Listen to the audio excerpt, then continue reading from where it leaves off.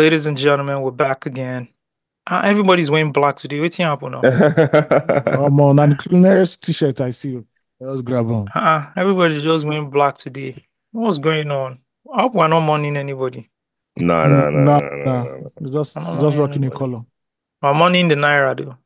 What's the naira? I don't know what you're talking about. Hey, no. O'Shea, getting paid in dollars, I don't know what Come you're talking on. about. I better getting go. paid in Great Britain pounds, Amen. sterling, Amen. G, GBP. The only Even currency with a son name. I'm telling you. the only one. No. It's over. It's 2000. What now, bro? Bro, I Oh don't look at no, that. I don't look at that thing again. I don't even bother myself. Now when I want to no, go change money, I go just go to how much is it now? Okay. It's Okay. crazy. just change it. What are you changing to though? Are you changing to Naira? You're usually changing to Naira now. Yeah, I'm Is Yeah. changing it? to You naira don't if I change need it something, now. yes. Yeah. If I need something Hey. sharply, I just change to Hey. naira. Just change to liquidate. Just liquidate. Now so. Liquidate. If you need some money, indicate. We know. Shout out to you. Shout out to you.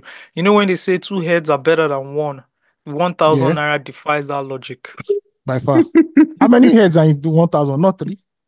It's too That is hard. two. How you go put three heads in one currency? I'm on No, but Nigeria. Anything can happen. No. I've forgotten the currencies and the people in it. Though. It's something I used to I, like I know just help. Awolowo because it's very popular now. That's on the That's 100. Yeah, everybody's singing Awolowo, so you know that one is 100 naira. But after mm, That's on that, the 100. I don't send anybody again, Jerry. You know, send. I'm trying to remember 20 naira. 20 Um, naira is I get 200. 20 naira should be Mutala Muhammad now, right?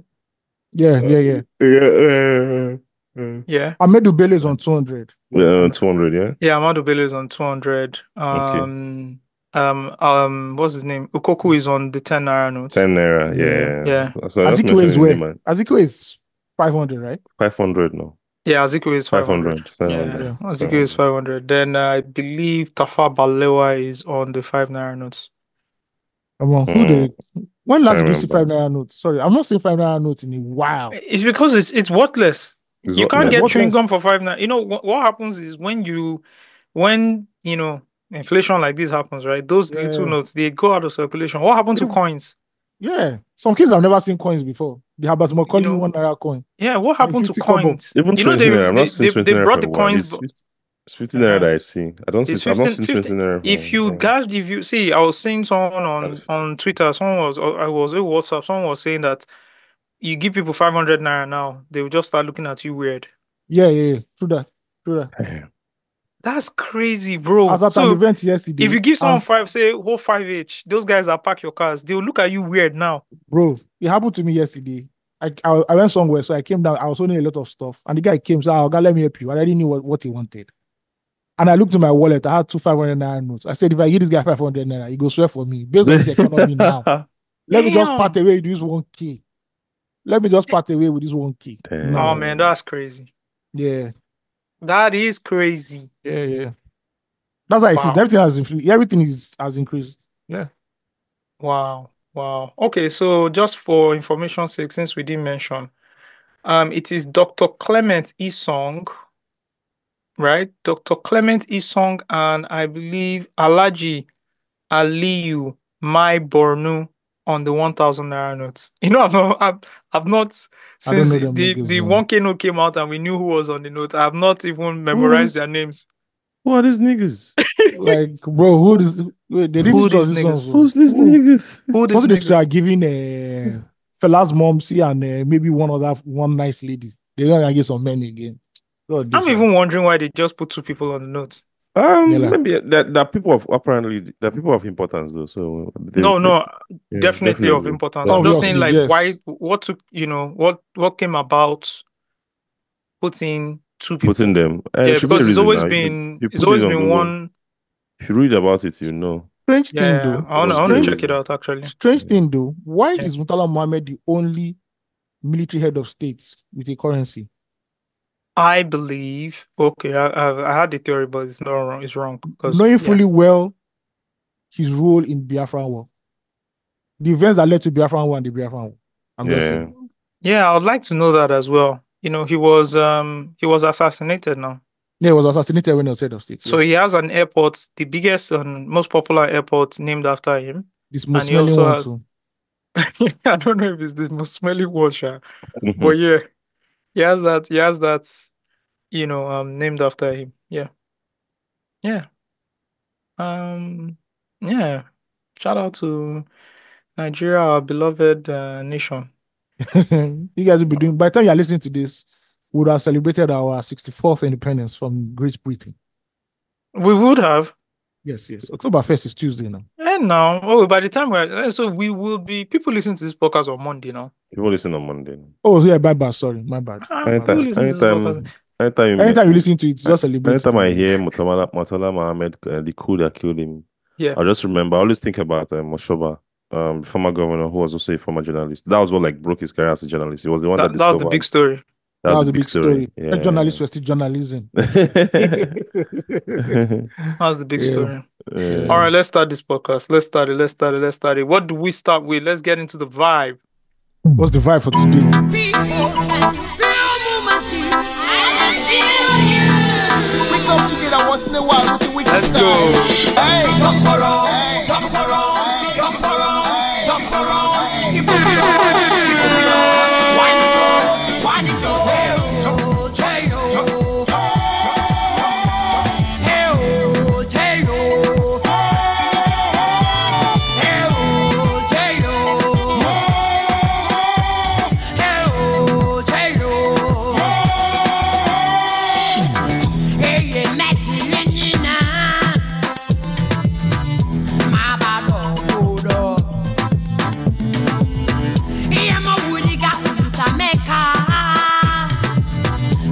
belle, oh. I think I deck a woman, she only way.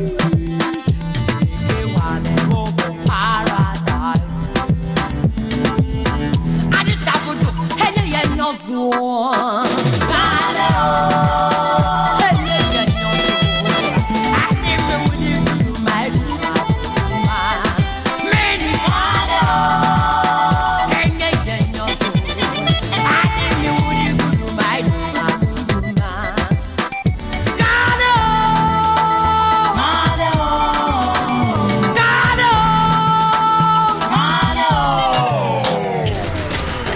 A round of applause to everybody for making it to the end of September. You made it to the end of September. Shout out to you. It's a new month. Shout out. Happy new month. Happy new you.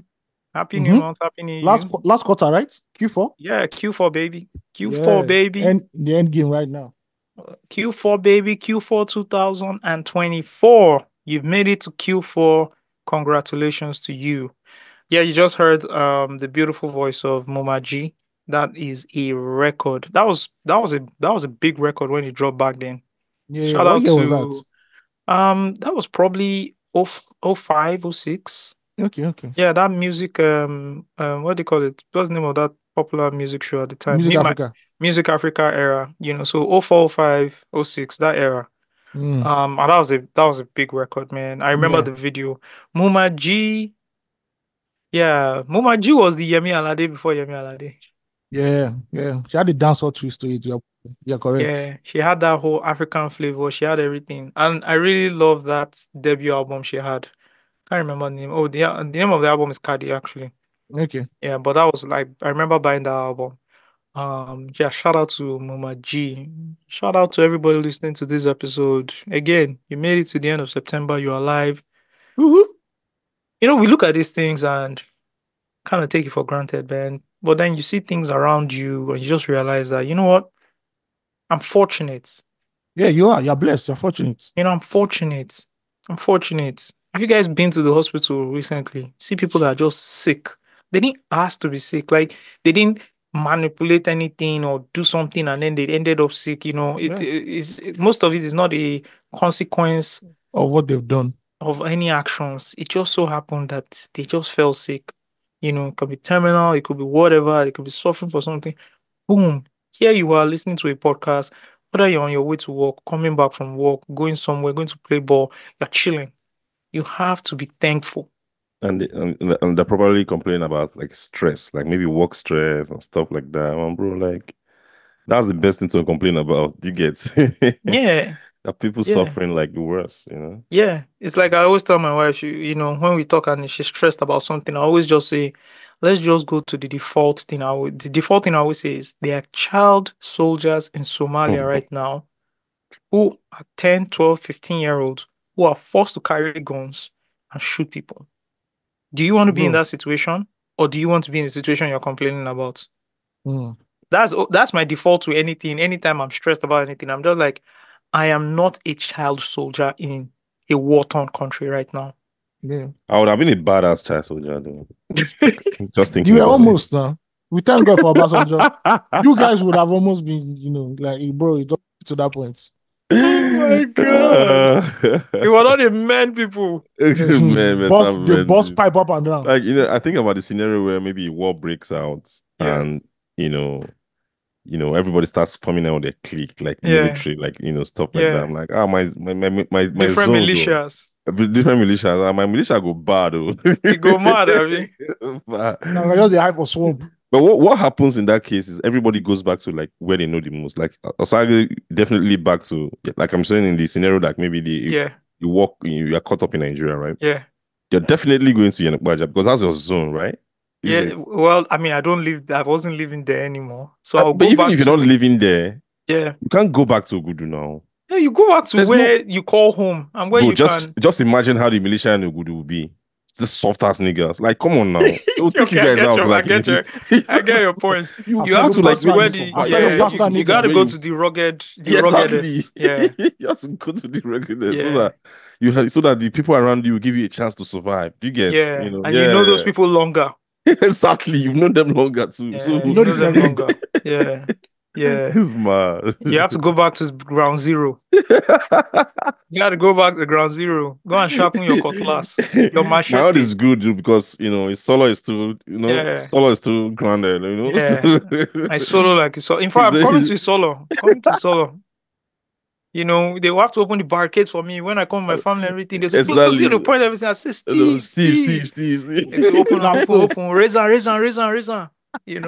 And I'll just go and join the militia there. Hopefully, we It's don't see this mad. kind of thing because, bro, I know, think like war bro, is not a joke. What? Bro. War is not a joke. I see. Bro. Let me tell you. You know me. I always had my contingency plans. Oh, Like, yeah, we war know. breaks During the COVID period, we know. We Yeah. know. We knew. That Yeah. We saw Because your this is how war breaks out. You know how this thing starts? It doesn't just start immediately. It seeps in. It's like what we're seeing with the economy. It's a gradual thing. You start hearing about it. Okay. Take for example, one place in the southwest. Something is going on there. They started something. They should stop. You know how we're hearing things going up north. Up north. And we're just living our lives. That's how it continues to seep in and creeping. Closer. Then that day you're just like, oh, war is here. It never just starts bang and everybody just starts fighting. It's gradual. And so what happens is that it's like you put a frog in water and then you start boiling the water. The frog is in cold water, it's feeling okay, it gets a bit warm. Okay, I'm good, or warm water. At some point, it's even thinking it's in a jacuzzi. Then it just starts boiling and it can't get out. That's the same thing. Yeah. There was a reference I saw there was a country, right? And I went to further like research about the person. And the person, and I saw like an old journal the person wrote in 1998 about like in the middle of the war, Lagos was still like flexing, like there was partying, like Friday nights, people were going to the clubs, like during the height of civil war. Oh, the Biafran war? Yes, now. Yeah. Oh, yeah. People were still falling. Like, yeah. I'm like, this is how it was in the north. Like, people were suffering and like Boko Haram was sweeping through regions and we're just here chilling. Like, as if nothing was happening. Releasing music, Afrobeats going on, Nollywood shooting. Do you understand? There's a certain part of the country has been overrun.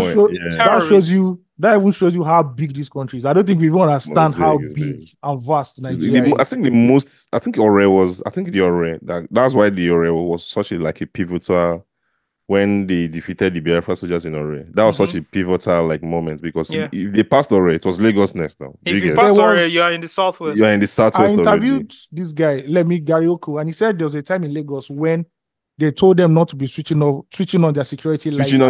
Yes, I saw that. Because Biafran warplanes were actually moving. True. And they blew up a cinema in Lagos. Somebody died in it. For real? Yeah. I saw it Ah, recently, like 5 months ago. I didn't even know.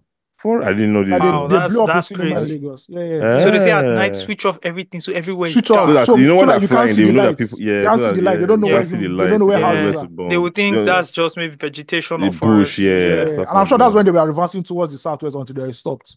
That Yeah. can that happen now though? No.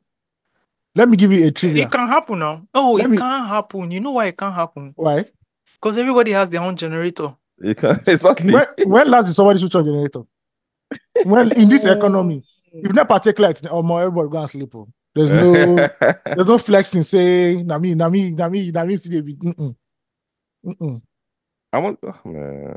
I But let don't me Oh, know. bust you wow. guys' heads. Let me give you a Yeah. small trivia about the Civil War. So you Yeah. know how the Southeast was Biafra, right? That seceded to Biafra. It was Biafra Yeah, totally. yeah, Do you know that some Igbos did not um, believe in Biafra, right? yeah, Mm-hmm. Some definitely. were still federalists. They still believed in one Yes, Nigeria, yeah, right? yeah. The head of the Southeast for the Federation of Nigeria was Mm. Obiaseka's father.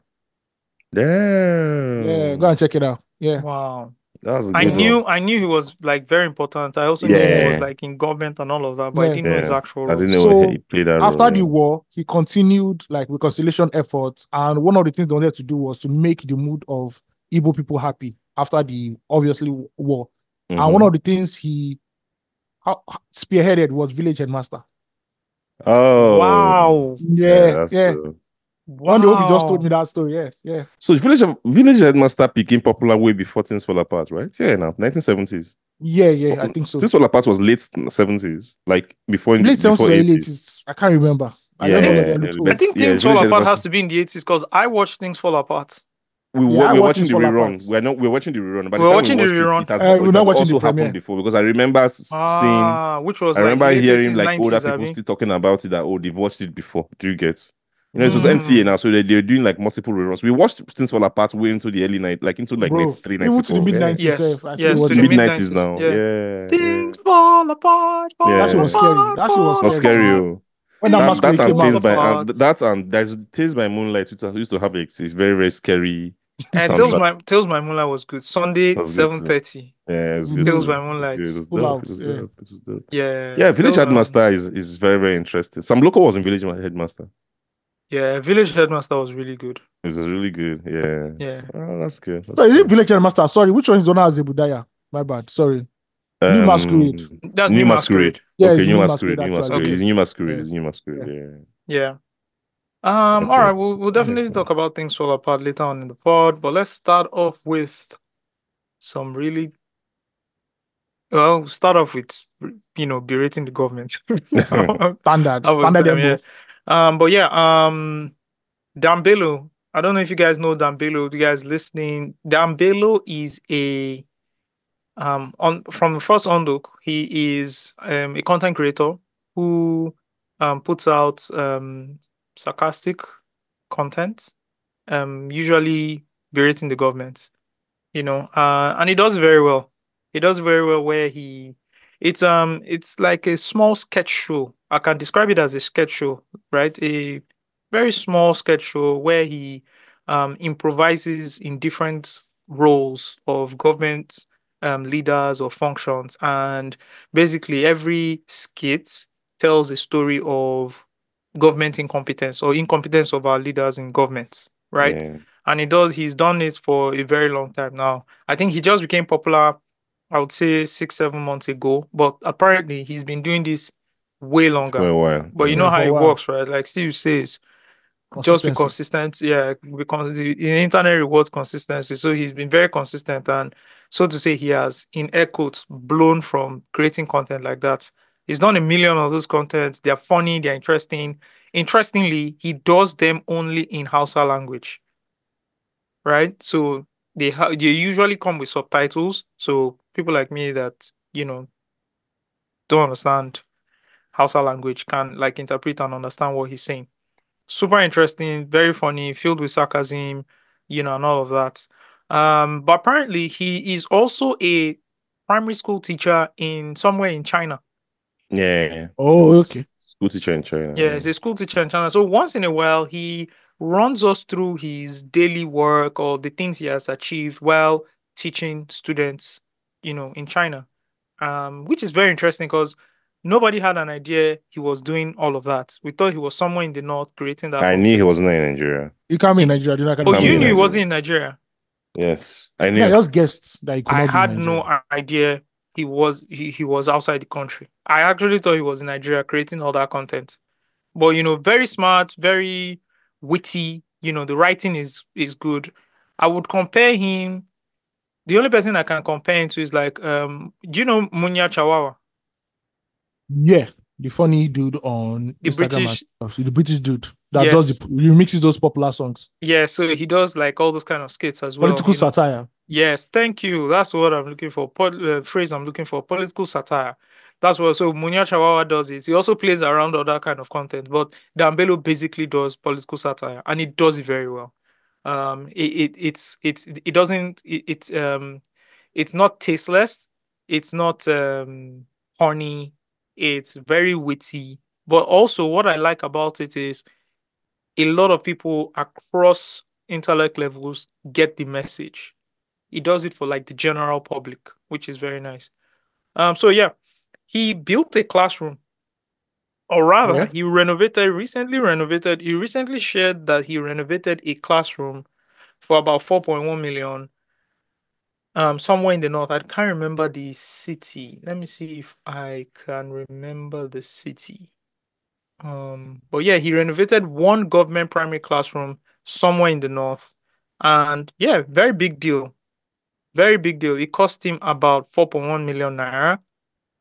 And yeah, yeah, before and after photos, we'll put the link to the post in the The show show notes. notes. Yeah. Yeah, he did that amazing work, and it has, of course, spawned a conversation on social media. You know, um, what kind of activism is he doing? Why is the government so useless? Etc. etc. etc. Yeah. And for me, it just shows that when people do stuff like this, it just shows me that this thing is it's not rocket science. Bro, it's doable. It's not rocket science. It just costs intent and then money. Yeah. Do you get what I'm saying? Not like the most expensive. It's not like any little sum of money. It's just money that every government in Nigeria can actually grab and just do it. And if you look at this, there's also another guy on Twitter who posts. He works in, like the education industry, Yeah. Sector. and sector rather, and he usually posts dilapidated classrooms across Nigeria, mostly from the southeast and the south. So you see these classrooms here, and you wonder how people can learn in this kind of place. You'll be shocked. And I mean, Like, think about it. Like, how can you learn in a classroom where there are no seats? So these classrooms, these dilapidated classrooms, they range from one bad state to another. There are some where there are chairs, but there are nails sticking out of the wood because the back is gone. Do you understand? There's no board. There are some where there aren't chairs anymore. They sit on the floor. Some And don't have where roofs. the roofs are gone. They are different kind, and you're just like, one, how did this? So the main problem I have is that these things were built. So what is the problem we have with maintenance? They're not built to last, first of all. So you're saying that they didn't use quality materials. They didn't use quality materials. I think also like maintenance is a problem. But when people say maintenance, you can just say maintenance. Maintenance also requires money. Yes. We need to change the roofing. Oh, we need to replace these chairs. Oh, we need to fix this. We need to fix that. But guess what? These things need to be taken care of. Yeah. I have a theory for this, right? And I'm going to use roads as an example. You know how a new governor can come right now and people shout, oh, our roads are bad. And in space of 1 year, all the roads are done. But you know that these roads are not going to last. By the time it's the next rainy season, they're going to be potholes. And I keep wondering, why do they do this? Because this doesn't look sensible. Then it occurred to me that for you to keep funding your, how will I put it now, your political associates, the people who brought you into power, who keep greasing the oil machinery, you need to continue to deliver substandard contracts. give Yeah. them substandard contracts so that every year you keep giving them contracts to renew that stuff over and over again. Consistent Because if you flow. do a road for 20 years, that means that road, there's no contract for that road for the next 20 years. Yep. That means 20 years, no contract. So what are your guys, the men are behind it, what are they going to eat? Yeah. So I believe it's purposely done. It's designed this way. When things like that happen, when people are saying, oh, look, it took like 4.1, is it 4.1 million naira, to renovate a classroom, right?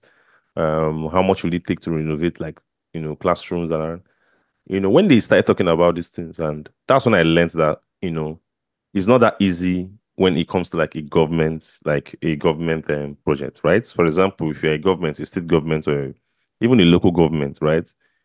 You don't do projects like that on a personal level. Like there's a term for it, right? Especially if it's a project more than 10 million naira, right? You have to use a contractor. And when Yes. you're using a contractor, there's a contractor margin that comes with the You saw that guy break down. I'm even looking for that tweet. He said there are taxes you have to pay. The guy did a whole there's breakdown. a cost of capital crisis taxes. There's a 30% margin. You have to pay VAT. There's 5% work home something tax. Yeah. There's stamp duty. Do you get there's so many, and this thing increase the cost of the project. Building it. Exactly, the government is involved. And I also went to check. There's this economic paper where they said this is more impactful. This system is more impactful to the economy more than if you are doing this project on a personal level like Dan Bello has done, right? Of course. That's the claim economically, right? Yes. And that's why the government has to do that. There has to be like a funding, like a tax back to the government. There has to be all these like margin costs and stuff like that, right? And I was like, okay, no, granted, right? So like when cases come, like that's what one important thing I do, like in everything I do, like if I want to have an opinion about something, even if I don't want to like come and say it publicly, I want to like say what's really happening. Let me form an opinion about it. I consistently listen to both sides. Like it's something that I really like to do. So when I see criticism like this, I go and like, who is supporting the government in this case? What are they saying? And that's why I ran into this guy's tweet, right? Yeah. And I'm like, granted, this is fine. But my problem is the corruption involved in process, in governance, right? Because, for example, if the money that our people in government they are looting are being allocated for something like this, we shouldn't be complaining, even when even if they're inflating, right, the figures and saying, oh, we used, bro, someone is stealing 30 billion naira in a state where there's almost 15% poverty rate, like extreme poverty rates as a state. That means 15% of your states like have extreme poverty. They can't feed every day. And you are stealing 30 billion naira. That's like a crime against humanity. You should be tried in a criminal court. Like that's like a war crime. It's a war crime. Thank you. Another person is building a secretariat complex for 45 billion naira. Exactly. So things like this is what makes you wonder. Priorities. Like, why? It's priorities. Like, it's my only response to that guy who did the whole breakdown, and I enjoyed that breakdown. I forgot to save it, so I can't read it verbatim. He's a local government chairman in Kano State. Ah, I see. But I understand his breakdown. My only rebuttal to that is, okay, you don't have that money, right? That's fine. Where are you cutting costs from? Exactly. To get that money. To get that money. Nigerian government know the cut cost. Do you understand? Nothing. The cars that the senators are meant to get that are representing your states that are in the Senate, that car is one vehicle, it costs 140 million naira. Yeah. How many schools are you going to build out of 140 million naira? Yeah. Can that senator say, you know what? I'm not buying this vehicle. I'm going to allocate this fund to build these primary schools. I'll take a car that costs 20% of that cost. Yeah. Because we need to do something for these schools long term. Yes. People are even putting pictures of the schools that government build and comparing it to Dan Bello's zone. To Dan Bello's school. Look at the effort he took in beautifying the classroom. Yeah. Bro. See, we get problem. Osagie, anybody who is in Nigeria, please just go to any of the federal universities that are established during the colonial period around then, right? If you go to the campus, right, it will be easy for you. It won't be difficult for you to tell which building or which structure was constructed during the colonial period and which pre and post. Pre and post. You will see that this one, Nigeria, Babareche, na do this one because the building don't make sense. Then you will see the one that was during the colonial period, and you wonder what happens to us as a people. Yeah. Go to Quality. AAU and you'll be marveled. And in that same AAU, you'll now see the new buildings and you shake your head Yeah. and like, no, True. this doesn't It's true. It I don't happens know. in even all universities. You see the Yeah. old ones and they're still strong and Strong. yeah. Why do I don't we? And you know, you Bro. can you tie this thing back. You know where you tie this thing back to? You tie it Well, back to people stole money. That's why they had to Of give you this course. That's quality. what they have to do. Yeah. yes. Yes. That's where you tie it back Yes. to. Yeah. You don't tie Let it me back tell you, to taste, there's even no though those taste. things kind of exist. But the fundamental thing has made that building look like that People have is they've siphoned all the money. Yeah. We yes, got the worst of the project. Yeah. Let me because tell they've you a story. stolen money. Let me tell you a story. I know a guy, he contracts like sound system. Like if you have an event right now, he's the guy that you go and rent PA, sound systems, and all that from. So I won't mention the name of it, please, I beg. There was a state government that wanted to do an event at their stadium, and they contracted it to him, and he gave them the invoice. Like, oh, this is the money. So He the has to middle guy, increase. That's to the increase middle the guy saw the invoice and said, guy, what's wrong with you? This money is too small now. We cannot be presenting this to the governor. Hmm. We need to increase it so that other people, and my guy said, you cannot do that one. Say, you no do that kind He of will thing. lose the job. He lost it now. He lost Yeah. it Oh, immediately. immediately. Yeah. So imagine if it is It has for a happened to road. an uncle of mine too. Yeah. That's during this was during the 2000 and because I used to do a lot of ad hoc civil service jobs, right? Yeah. So the voters registration of 2010 of 2011 January to March, that's the first voter registration like in recent times. Yeah. So I think the state government gave the local government some money, some budgets to take care of like the people who the workers there, make the centers like good and stuff like that, provide security to us who were doing the registration. So the local government chairman that was the place I was working, the local government chairman brought fan for us, right? Mhm. With generator. So that as we are registering people, we are charging our laptops and there's fan, we are comfortable, right? Yeah. Yeah. So so at the end of the exercise, he brought a sheet, so like an invoice, and I saw the fan for 15,000 naira each. Right? Was it purchased or did they rent the fan? They purchased the fan, 15,000 naira in 2011, bro. Like all those small fans that were like 2K at that time. Yeah, yeah.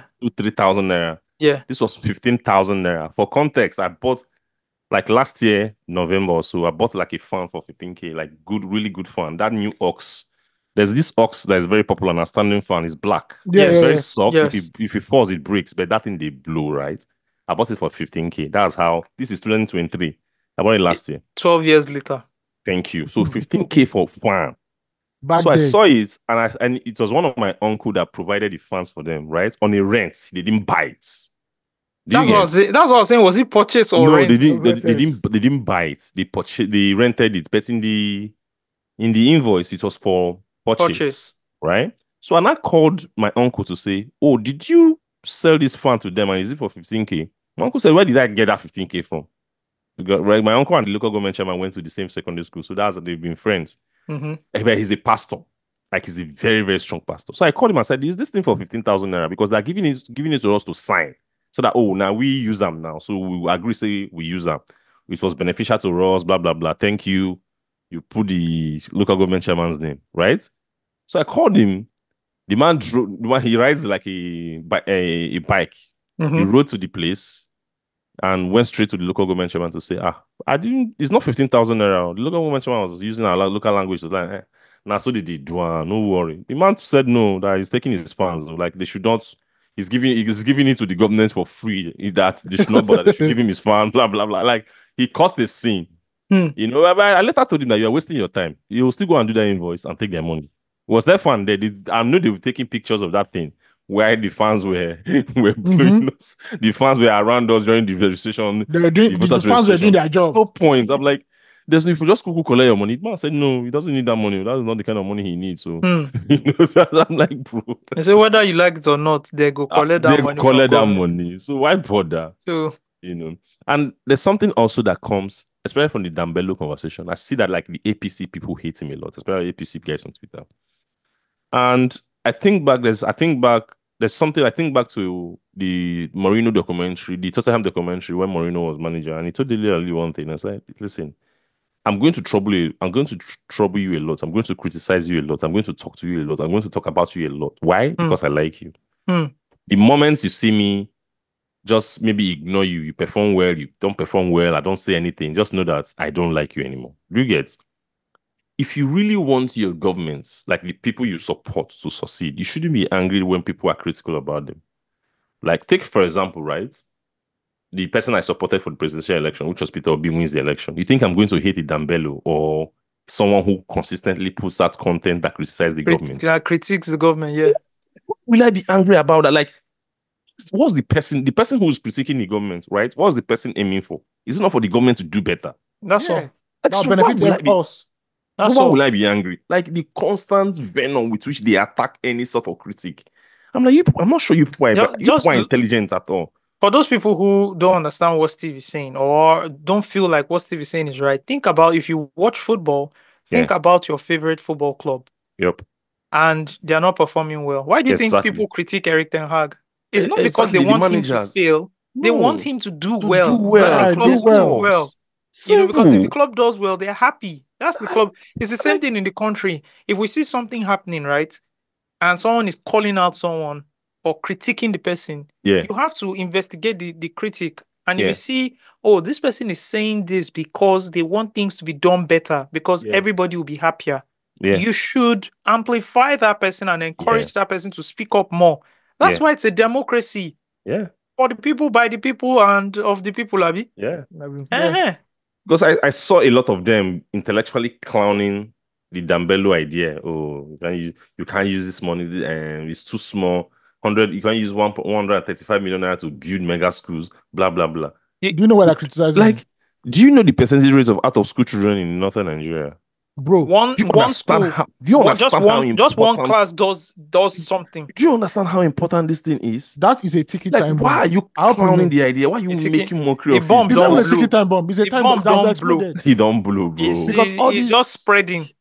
All these, I just what wish do you call people are them, intelligent enough. Like, I just wish people are smarter enough, right? And just, you know, it doesn't. It shows how dumb they are. Yeah, because your mind is tied to an ideology, irrespective of what that person is saying. Because your mind is tied to an ideology, you are against that person. It means that you're not a smart person. It's simple. 100%. To keep it 100, most of you are not even paid to put the propaganda out that you are. Like, I know people who are not even being paid for anything. The ones that are paid for propaganda, I acknowledge it. Because everybody has to feed their families. They know the truth. Yes. But they have been paid to put out propaganda. To do their job. That's different. You actually genuinely believe.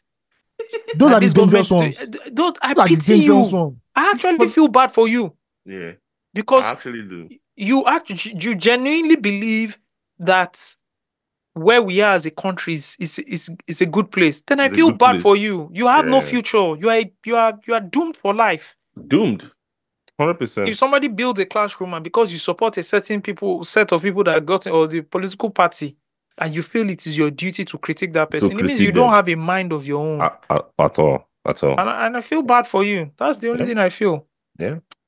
I feel super bad for there's something very close to this, but not the same thing. Someone tweeted, said Nigeria's high school system plays a significant role in suppressing individuality, ambition, and self-expression.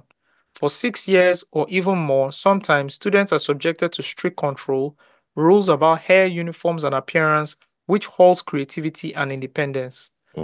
Lots of psychology topics related to this, by the way. Erickson's stages of psychosocial development, conformity and deviation, self-determination theory, and many more. What is your take on that, guys? I never understood that school uniform thing. I think it's something the British handed over to us because I never really understood. Yeah, I think why are we wearing school uniform? It was a way to promote inequalities, right? In schools, like a school is supposed to be where people come in. Not right? Promote. You mean like shield inequality from? Yeah, like.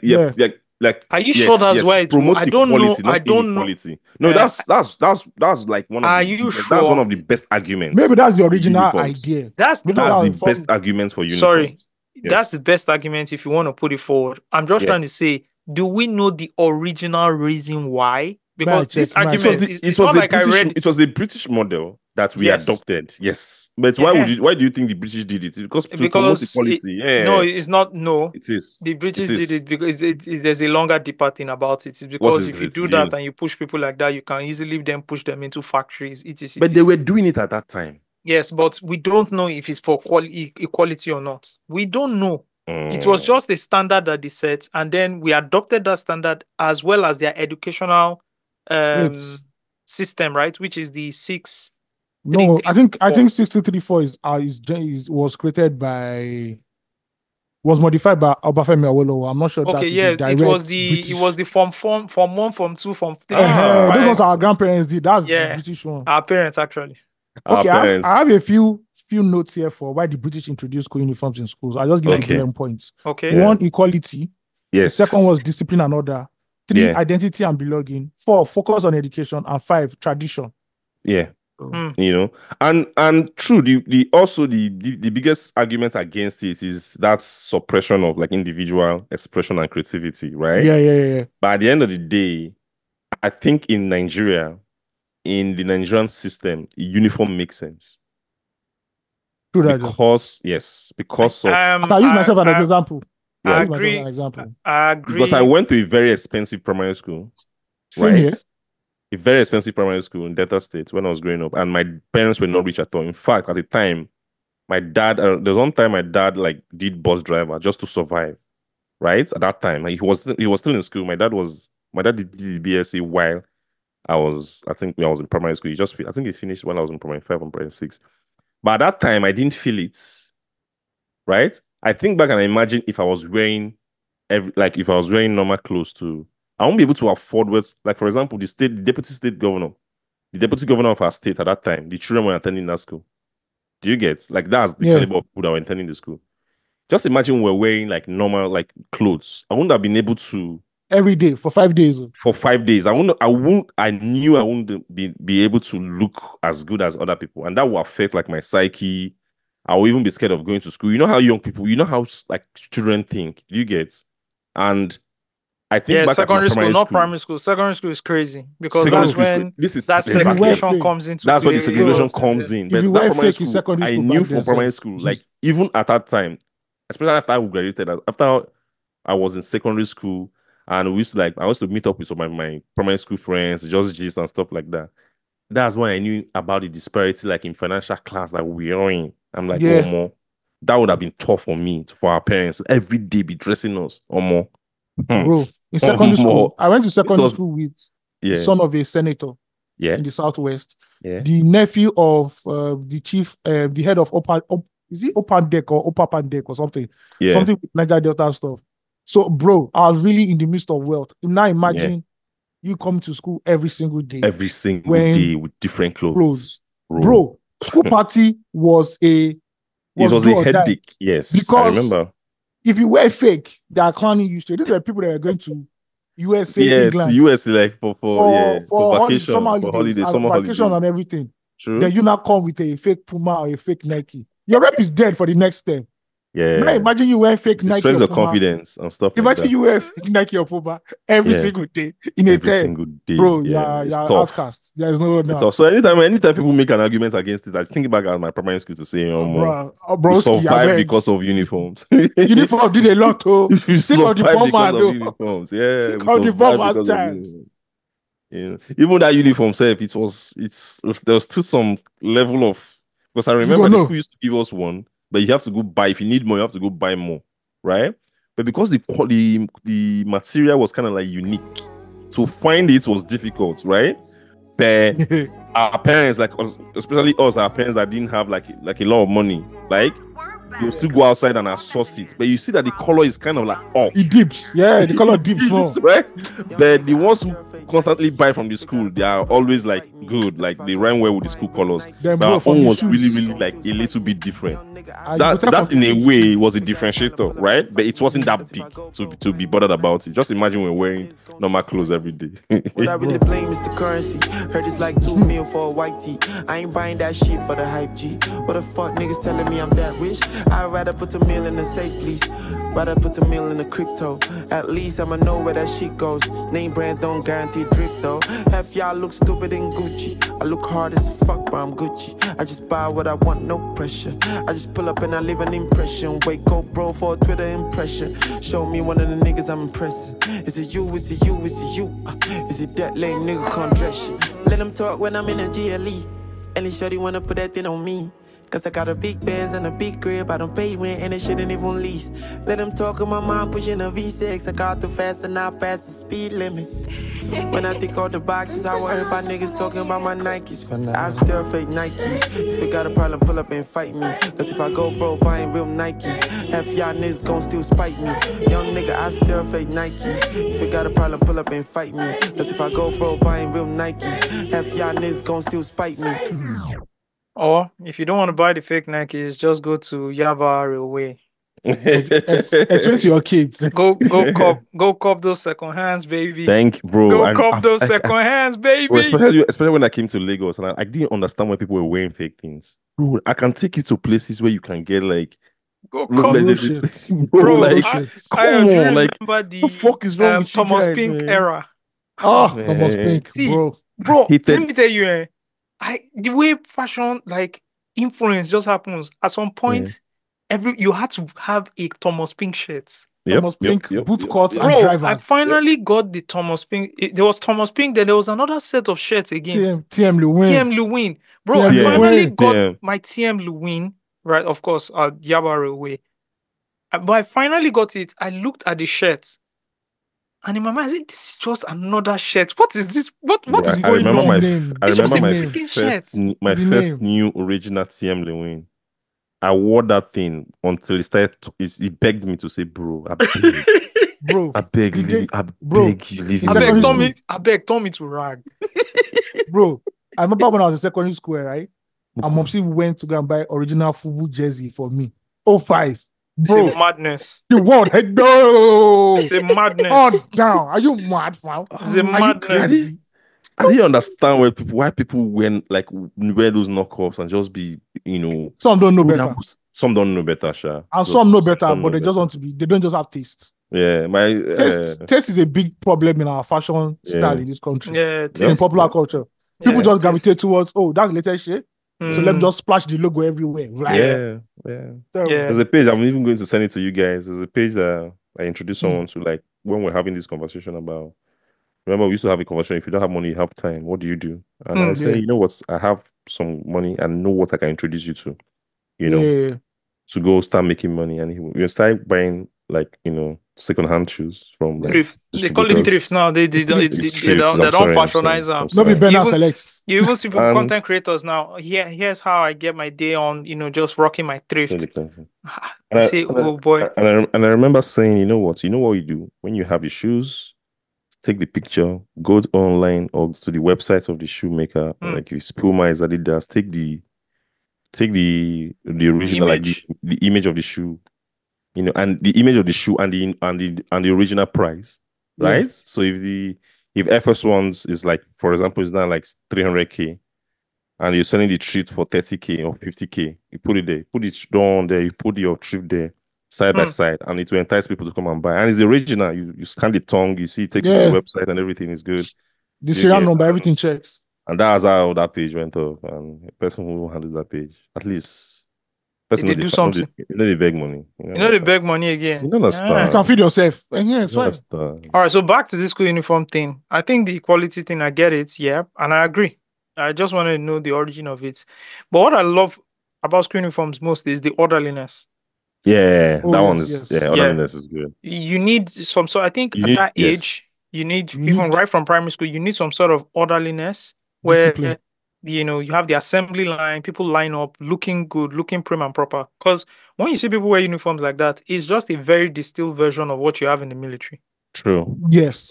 Right? Yes, it's the same thing. But very distilled. That's why we march in lines, you stand, you are addressed on the assembly. Recite the national anthem and all that. And that sort of orderliness kind of creeps into every other thing you do in your house, in your way of life and all of that. And I think it's important. And as a parent,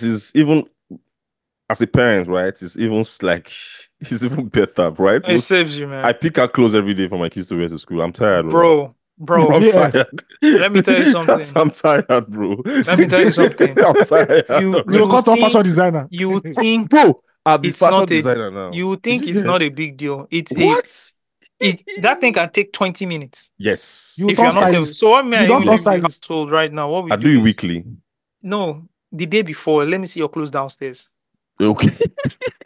So as you're coming downstairs, just go to the bathroom. You're just let me like, see. I need to see the Yeah, I need to clothes see it, yeah. downstairs the day before. Yeah, Because yeah. So if that, it's not the yeah. day before, it's a It's going big to, deal. it messes up the whole timeline. It's It true. mess It's a bro, big, 15 minutes yeah. out of the day is gone. It's Before you know gone. it, you are late. Yeah. You know, so Bro, but if they it's are tough. uniforms, you know, it was easy when we were in Nigeria. Iron. I had three, What four. you know what I did? I bought them one set a day.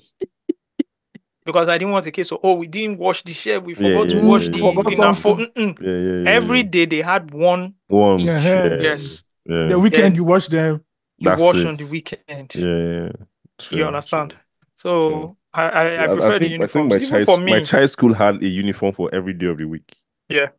So they had like white, colored. They had sportswear. They had Friday wears and stuff like You that. have So one day of the week that is sports I know day. schools so everything like was that. good. You know what to wear.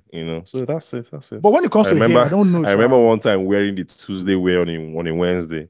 I drove into school. I drove him back.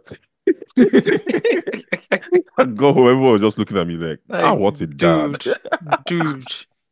I was so ashamed of myself that day. No, it's okay. It's okay. You're a first time dad. Come on, man. Come on, man. But when it comes to hair, I think they should allow, like, I don't know. I think they should be more expressive. Some schools are already doing it, sir. No, I don't I see some I say kids. for an Nigerian contest, I beg. No, I don't see. I've seen I primary think for the school hair for boys women. with all See, back. I have daughters. They were going to a primary school where they had a uniform hairstyle every week. It means they had to make their hair every hair every weekend. So plait it and everything. It's not easy. No, that hair one is not easy. It's not easy. I think for girls, like, they should have just said, hey, your natural hair, but like rock it anyhow you can. Anyhow you want it, yeah. And then the guys can always cut their hair and everything. Yeah. Even though it's not that expressive, but at least, but they'll tell them this hairstyle of the week is this hairstyle. If you don't come with that hairstyle, they don't let you into school. Yeah, Grace High School. They'll tell you next week. I should tell you, Shuku, no aberrations, no do style. No style. It is the next one Shuku. is Patewo. Patewo. You know the fashions too.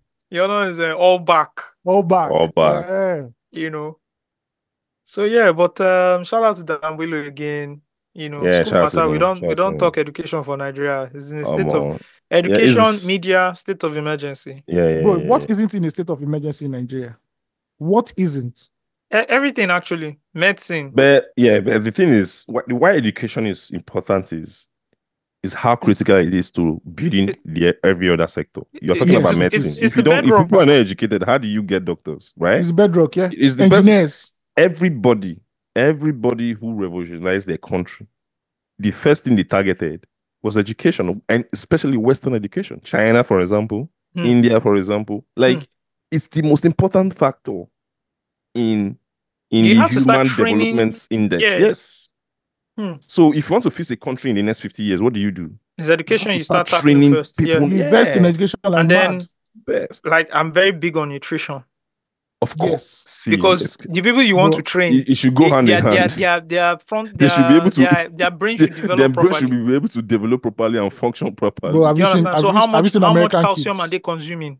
Yeah, how much American kids, and that's why if you see all educational reforms, it usually comes with feeding in schools. Yes. Right? And because as we are learning physical activities. You're learning less, stuff and then like that. Through that, you integrate things like sports. Because that free food too in a country like Nigeria is going to bring so many people to school to start with.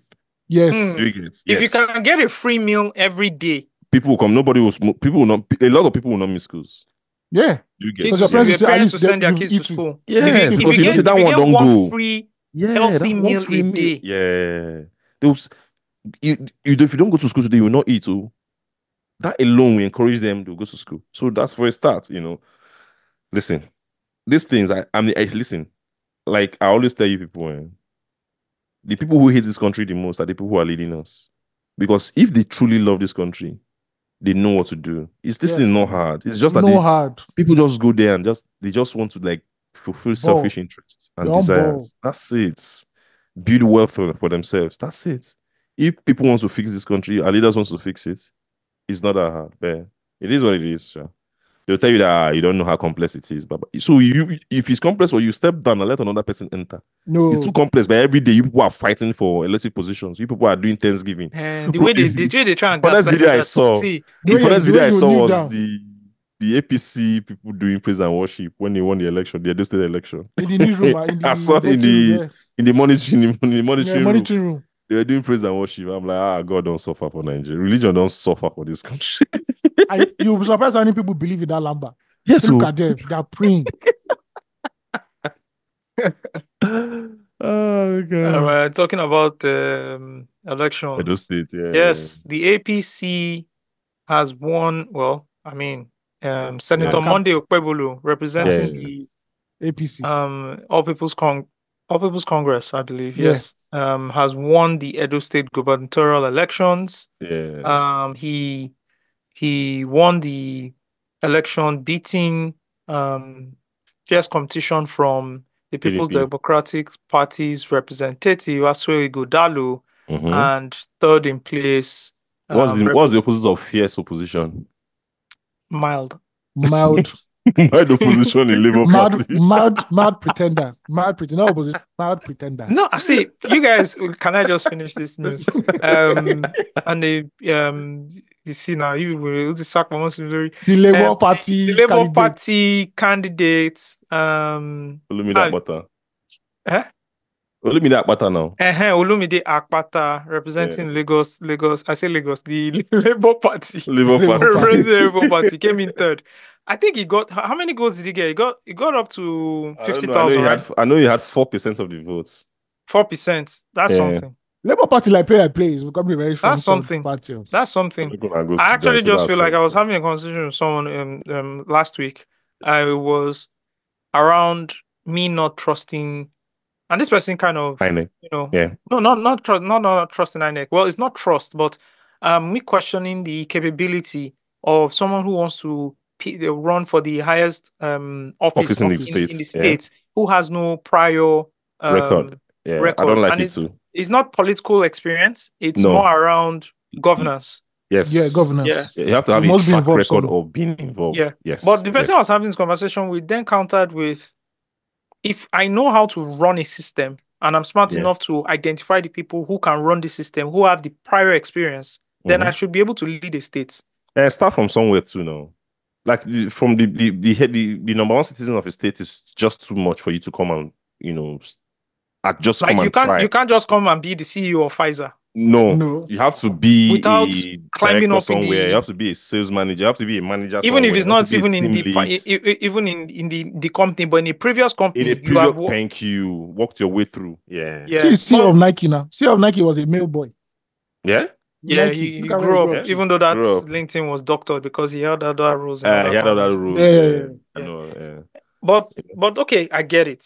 Yeah. So we are saying that for you to to hold the highest office in the state, you Yeah. should have some prior experience in working in that system, right? Let me tell you why. In a country like ours, right? Yeah. The number one citizens of a state and the president of a country are too far removed from the realities. So if you come as a States, as you not come into necessarily states, even in presidents, states, yes. bro, even in states, I'm telling you, Hmm. even in states. So as someone who wants to really impart the people, if you don't understand these people, how are you going to impart them? And the way for you to impart them is to be involved, have a track record of being involved in the grassroots for years before attempting to become the governor. I don't agree with somebody just coming in and just becoming a pool. If you come, you're not going to even get a grip of things that's happening in your state. You even understand what's happening. Hmm. Do you That was get? my argument Like, against this. for example, I've sat down with a governor in my state, and the way he was talking about a village in the other side of the states, because he has been everywhere. Not as a governor. He was a councillor. He was a local government chairman. He was a campaign manager for a governor. He was a commissioner. He was a secretary of state. Do you get? So he knows the state in and out. There's nothing you're going to tell him. He has been doing this since 1999. He knows the states. I share the challenges. sentiment. You get? So coming in and just saying, oh, you want to become, even if you taught the states, you are throwing the states in 1 year. No, it's not enough. You can't even have a full understanding of the states. And what needs to be done. And what needs to be done is exactly. Let's use this guy. At least the best governor we had in the last 3 governorship cycles. Fashola was in the civil service for years. Yep. Yeah. So when he became governor, he knew what to do. He can't did just the be an system outsider. already.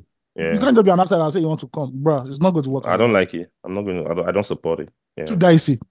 Yeah. Did Asue Godalo have any role in Edo State government before? I heard he did. He should under Shomole. I don't have full information, but he's a senator too now. Oh, he's a senator. Okay, yeah. He's got senator. He's got a senator now. I don't know anything about him. Let me check. Yeah, I'm checking as well. Akpata listed some of the things Ighodalo already done. So I think he was involved in Benin politics. Yeah, he should. Interesting. Yeah. So that's just my own take on the whole thing. Yeah. That's just my take on the whole thing, right? So yeah, new governor, but I heard that the PDP want to contest it. I don't know, but I don't know if contest, maybe, but we knew that there was some, as usual with Nigerian elections, there were like so many irregularities. I was reading an election analysis from this group, Yaiga Africa or something like that. Yeah, they I were saw that as highlighting well. Yeah. they were highlighting some logistical challenges, normal level, delays in like the absence of security personnel, normal level. That's what you see in the Nigerian election. Mhm. But what was interesting in that campaign was they reported right cases of result manipulation, right, from both parties. They said PDP manipulated results in Asake, Igor, Oredo local governments, including intimidation of INEC officials. Then there's Eastern West local governments. The official results for PDP, they suggested that it was manipulated. Yeah. While the one for Oredo local government was manipulated for APC. That's my local government too. Hey. Yeah. So this is like normal as usual in Nigerian politics. Yes. Elections. This is a battle of the best rigor between APC and PDP. It's simple standard. It's Yeah. standard. Do you get? But I also had first scene reports from people who were like on ground. Victor. I remember a guy who told me that the results what they counted at the election, the center, the place, the voting booths, right, where he voted, was different from the result they got from INEC. Do you get? So this is somebody who was there, and I believe him 100%. So yeah, it's normal. I was reading reports. I'm like, you can just remove Edo State and remove the local governments and put any local governments and states in Nigeria, and in any election it will fit. And just then update the numbers accordingly. Just update the numbers accordingly, and you are good. Do you get? So does this election serve as a prequel to what we would witness in 2027, the next presidential elections? Oh, definitely. Definitely. But the difference in this is I think slightly, I don't have the full knowledge, but I think slightly this is also what the Edo State people want. I don't see Edo State people as people you can come and push like a candidate to them. Asake, as we know from analysis and from like news commentary, didn't really play this thing out very well. Yeah. He mismanaged the whole political like relationships he had in the States. Yeah. There was some arrogance. Exactly, decamped. What he did with the State Assembly wasn't also like really commendable. He froze yeah, people out. He has to take responsibility and accountability for what happened to PDP in that state, right? And I was even thinking about it. This man just decamped to the PDP just to win his last election. I'm not sure he holds a long-term vision, commitment to them or vision to them. I don't know. I'm just speaking from my own, So PDP also on their own has like some home cleaning to do. They're not in the best place. There's not a leadership tussle in the states, in the party.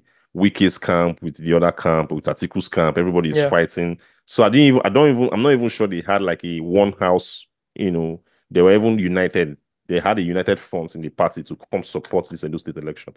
Bro, you see what APC did in this election? So Olu stayed in Benin for like 4 or 5 days. Do you get? Like, they went all in as a party. So you can't compare that to what's happening with the PDP. So yeah. Lessons for everybody involved. Yeah.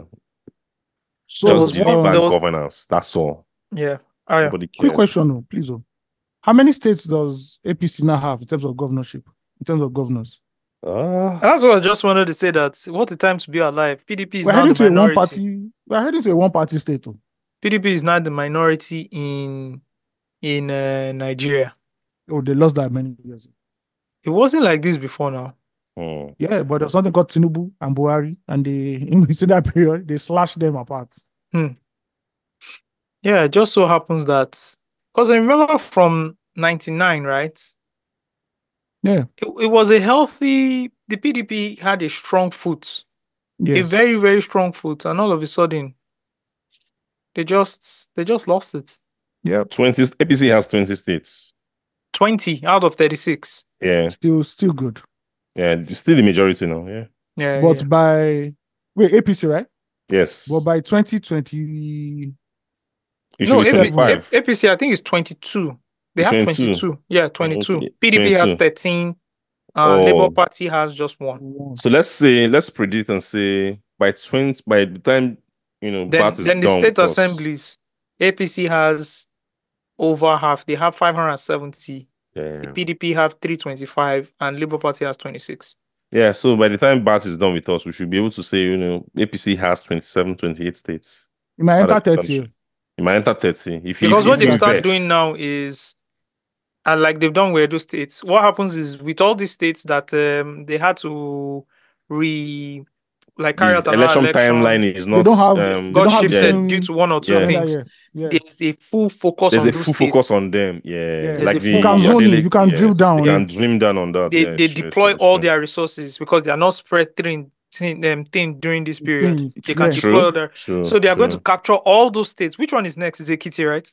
Yeah, I think it's Ekiti. I'm sure it's Ekiti. The next cycle is which Ekiti. one is Ondo? Is which one? Adeleke? Ondo is the one that the governor died during the new. Oh yeah, that one. No, that one. And that was pre the last election. That was pre the last presidential election, right? Yeah. Yes. Yeah. So there's one more state. There's still one more state that there are even two. I think one southeast state too has that issue. Anambra also. One of those states. Yeah, Anambra normally, yes. So if whoever is there, they should just be ready. They should just be ready because they are just going to zone in and try and capture those states. Yeah. So the APC they are very strong right now. Very, very strong. Yeah. Very strong. 22 out of 36. Boom. That's majority. Women majority. You understand? In the Senate, 59 out of 109. Damn. So I think they lost a bit in the last election. In the last election, they lost some Senate. seats. Yeah. Because the PDP has 38 now, and then Labour Party has 8. So Labour Party gained ground in terms of that whole Senate space and all that. They kind of gained some ground. Yeah. Yeah, man. That's how we see it. House of Reps, Labour Party even tried 34. Yeah, 34 out of 360. On those states, I don't have any hope for continuing to because of the way they came into power of the P2V wave. I'm not sure they'll be able to keep up with that because my brother, House of Rep election is one of the most. It's like, and this is grassroots, right? It's fully grassroots. This one and state assembly is fully grassrooted. Yeah. So, like for example, the guy in Lagos Island, the guy that beats Banky and Obanikuru's son. Yeah. I'm not sure that guy's gonna win again. Do you get? Because because right now, APC is going to come back really heavy. It's going to come back really heavy. Do you get? So on those states elections happening 16th of November this year. Don't worry yourself. Nobody should the incumbent is an APC guy. He's going to win now, easily now. Yeah. So is the deputy? Is the deputy coming out for the? Is he the deputy that became incumbent now? Is he the candidate? Yeah, he's the candidate, obviously. They're winning now, no problem. Since you mentioned Banky W, he recently shout out to Banky W. Shout out to Banky. Don't mean to trouble you. I'm not even a rapper though. And I'm not even a rapper though. He recently, I was trying to check Instagram and they suspended my Instagram account. Your own? I'm telling you. They use them. That's why this guy know they use. Why? They suspended a lot of Instagram accounts recently though. I think they suspended my Instagram account because it was linked with the loose stock account, and we had to. It was me and Nana that was trying to sort it out. So Nana said I should fix it, you know. So I kind of put my details there, saying I. So I think they just connected that with my own account, Oh. and then I have to appeal. You have to. Have you done the appeal now? I don't, bro. Just do it now. It doesn't take anything away from it. That's what Yeah, Instagram. yeah, I know, but I'm just the kind of person that jump. I know. Just do it. Just do it. Just do it. But yeah, I'm looking for Mr. Wellington's page. 4.9 million followers. Wow, a lot of people. Anyways, he put up a picture of him and his beautiful wife and child at the airport, saying, that was the first slide, anyways. Saying, for family, for faith, for finding purpose, for the next year of earning a master's degree in policy management at Georgetown University in Washington, D.C., wish us well.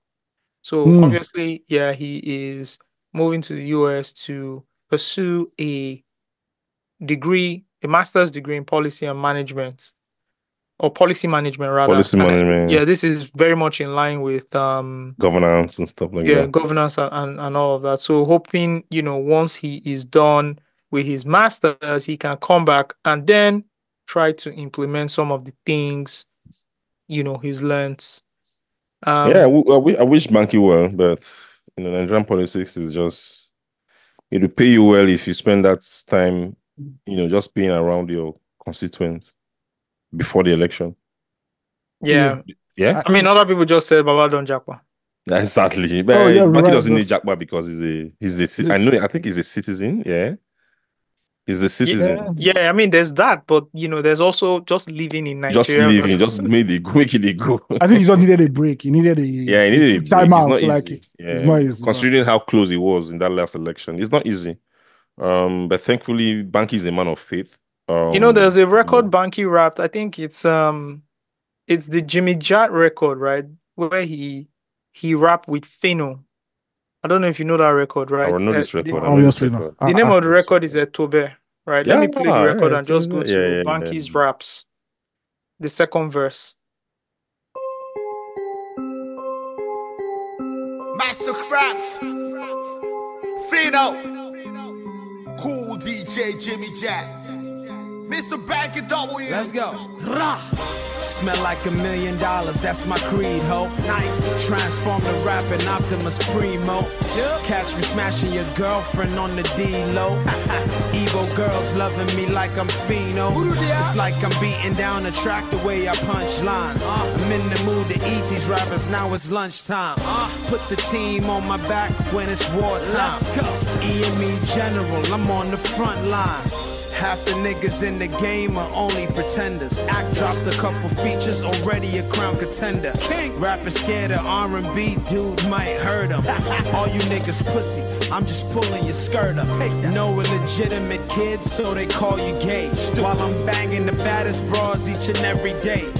Money talk, so you niggas shouldn't have shit to say. No, fuck the whole wide world, I did it my way. You can try to run me down, but you know can't nobody do it like me.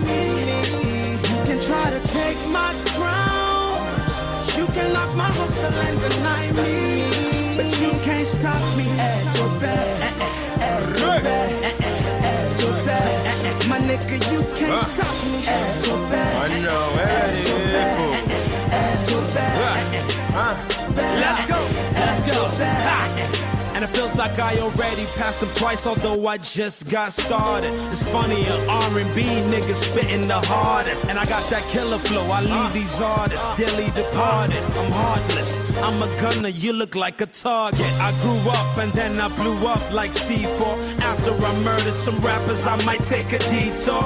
Africa Magic co-starring with Genevieve, or maybe run for office cause my people need more. Singer slash rapper slash exec, I'm all of the above. Couldn't last a mile wearing my shoes. No, your feet ain't big enough. You ain't paid your dues. This is not a bluff. You are not that dude. Quotes and Ross don't make you a boss. Trust me. And talk is cheap, but baby, have no fear. Cause my money long like Jimmy Jat's career. You know we running the game, but we don't play fairs. Mastercraft, Mr. W, and the man of the year.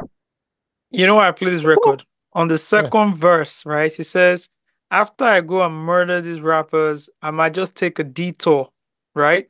I might just take a detour, co-star in African Magic with Genevieve or run for office, right? You don't plot time now. Steve, I was saying, right?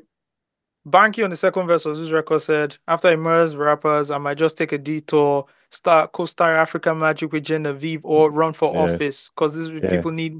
That was in 2014. And he basically predicted all the things he was going to do. Yeah. He starred in one of the biggest or two of the biggest wedding party movies. Nollywood box office smash hits that broke records. 1 and 2. Yeah. Right. And he ran for office. Yeah. Like he did it. He did it. He put it on a record and he did it. I'm very proud of Banky is a legend, right? Like in terms of he is, right? Yeah, I mean, because if you consider he has like a does he have a classic album though? He does now. He does, right? R&B Banky is a classic album. Yeah, I consider it a classic too. Yeah. He ran he bankrolled the most important Afrobeat artist in the modern era. Yeah. Discovered and bankrolled, Discovered and bankrolled. Bro, he is. Come on now. Yeah. A&R his best album. Yeah. Thank you. Yeah. His best album. Yeah. So come on, man. Quick question. Yeah. In terms of R&B, is Banky W the greatest? What are you? This is barbershop talk. He's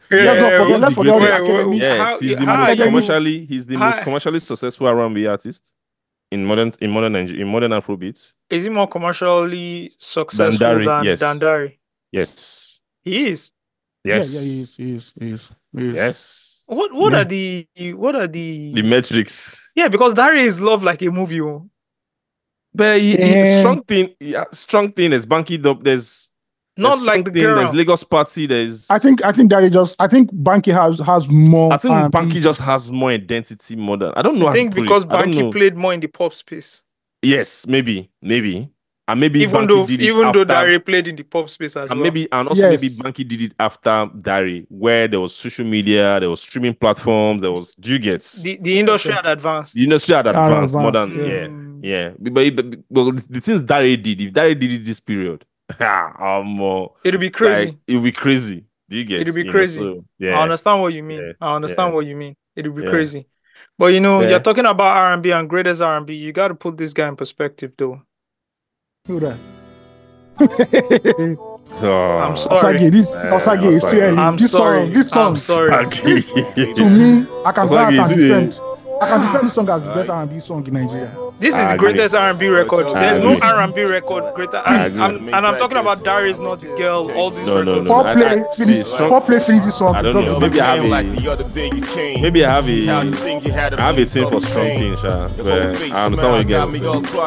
Girl, you came back, my life was all trying. I can't just deny this. Look at how you doing. Oh God, your face make me whole by the new one. God knows how you made me smile, girl. God knows how you made me cry when you lie, girl. So we so good. 1, 2, dreams come true. Here I come, baby, looking out for you. 3, 4, look on your door. Baby, you're the woman I'm crazy for. 5, 6, pick you at 6. It's about time we stop playing those tricks. 7, 8, won't be late. We'll be going out on a special date. I'm lonely, waiting for your love to set me free. If you want me, baby, I'll be your king. You'll be my queen. Together, I know we can reach out for the star. Come into my love boat so we can set it sail.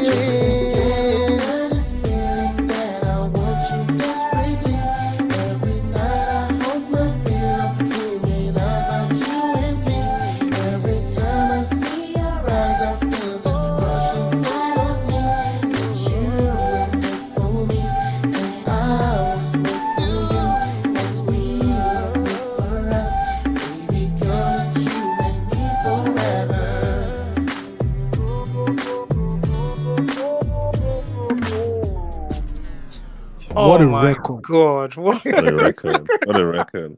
What the crazy thing about this record? This record has raps in the beginning and raps at the end. There are 3 rappers delivering whatever. On And this these are record. not pop rappers. These are hardcore rappers. These are Hardcore, underground. Alibi, and Rough, Rugged, and Raw. Raw.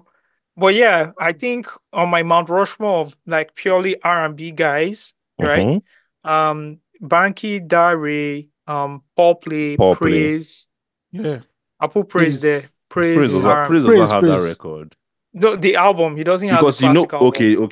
He doesn't have the classic album. Yeah, because Dare has even the songs. has Praise has the song after Stupid. No, not Stupid song. Praise has those songs. He has those R&B Yes. records. He has. How about Fizz? Fizz has some R&B cuts. Fizz has some. True. Oh man, nah, True. yeah, Fizz, okay, Fizz, you guys- that's And a I also banger ask, with the what would you guys name Chike? Oh man, Yeah. Chike is up there too. He's up there. Well, you know- Give me the buck. But you know we're not talking about the GOAT himself because he does pop. So everybody thinks he's just a pop guy. Two-Face. Hey, if Baba enter that R&B bag, you know they go wrong.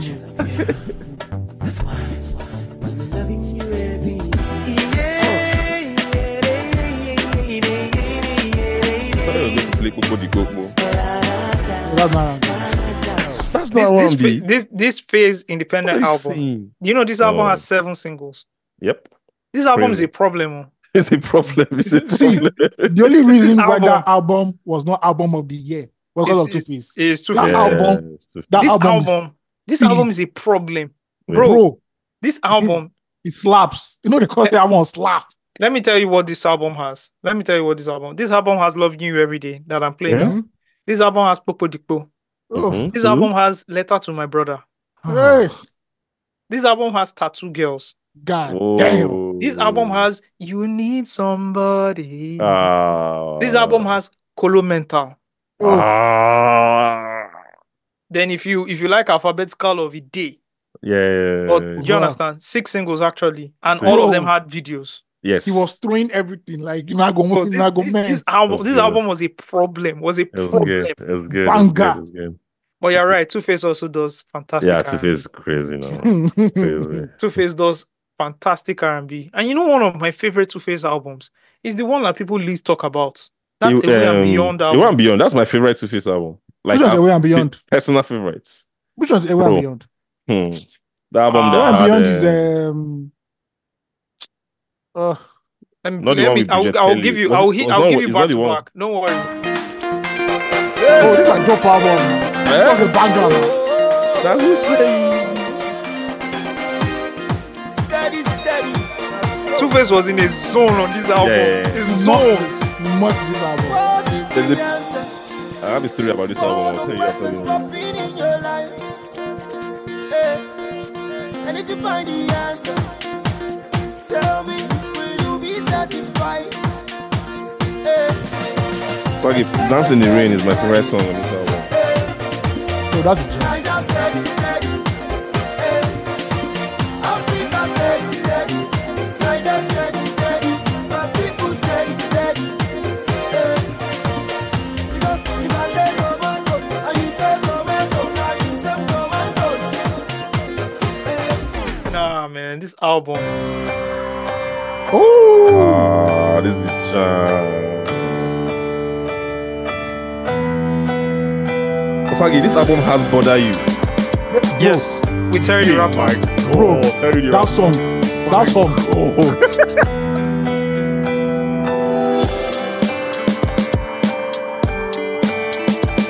This is when they used to let tracks breathe.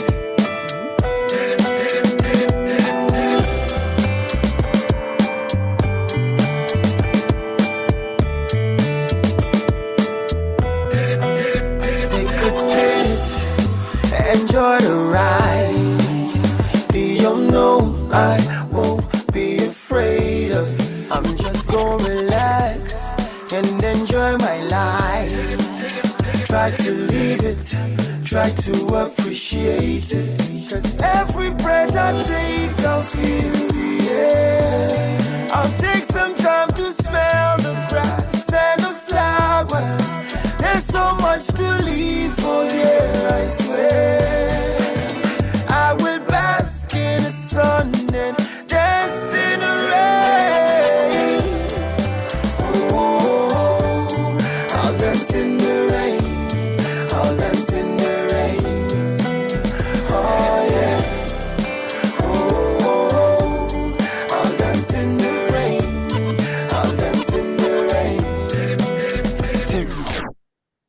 jam. Then Bro. this jam. So Remember the jam. 2013. Okay.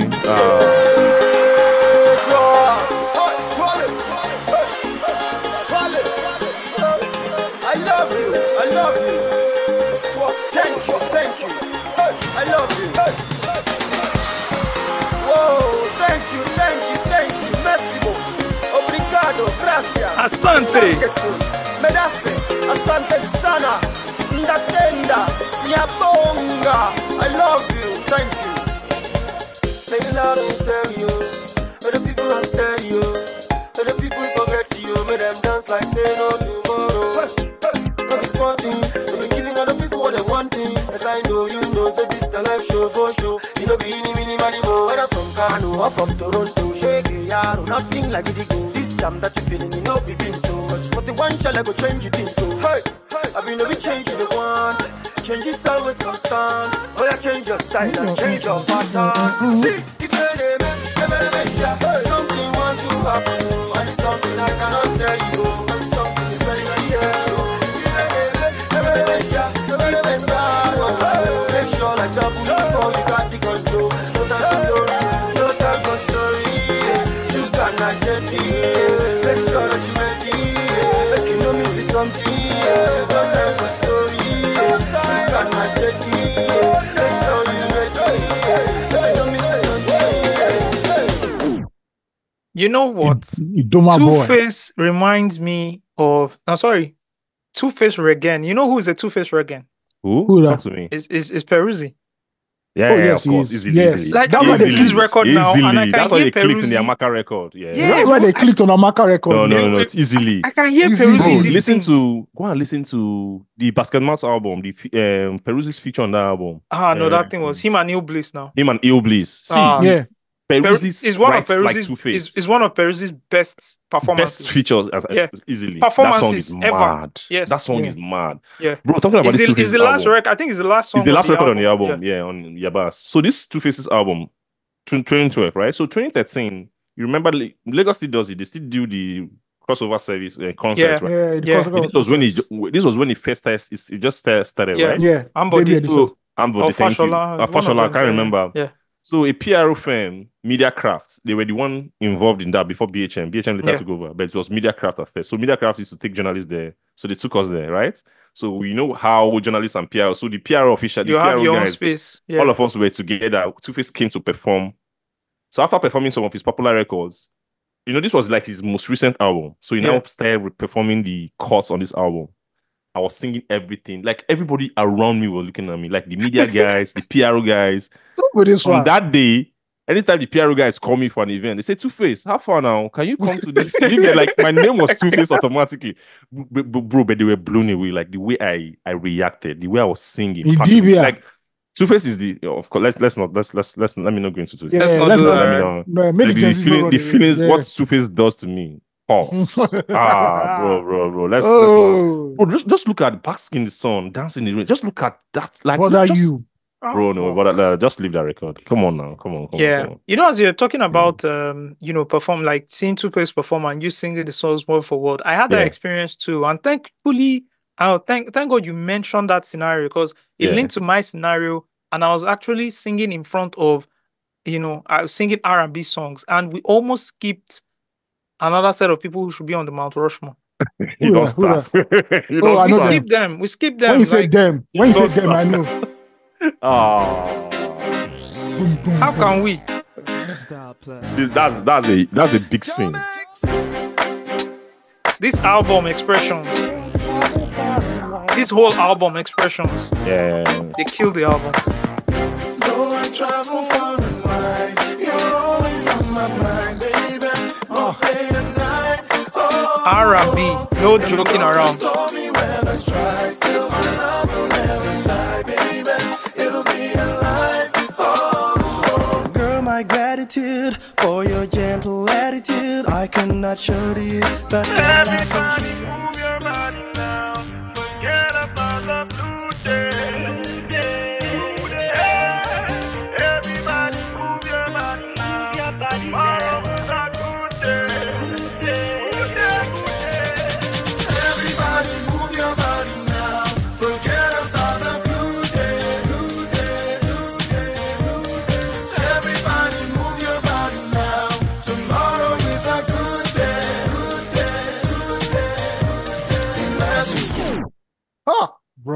Osagie, you have to be very careful because in the last 1 month or couple of months, you've been influencing my playlist over the week, like I have. over the week. Yes, I because have.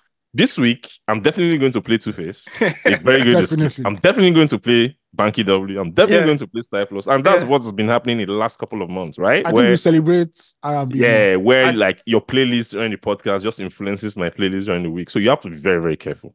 It just shows that I just have good taste with music. That's what after the last podcast, that Sunday, I just started playing the Styley record like over and over again. Like I play Styley all that record.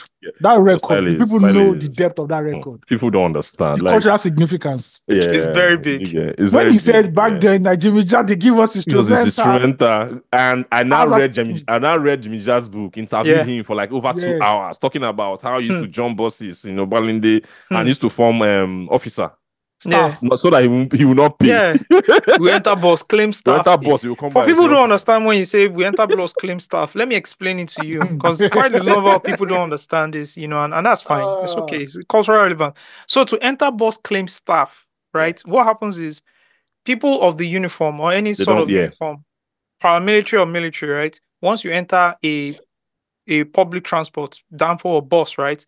You are expected. For some reason, you don't pay because you are serving the nation. You are serving the nation. So the only thing they say to the conductor or the driver there is staff. There's a benefit say to staff it because they are usually not wearing the uniform. If they wear the uniform, they don't need to say anything. They don't need to say it. But they are in mufti, so they just say staff.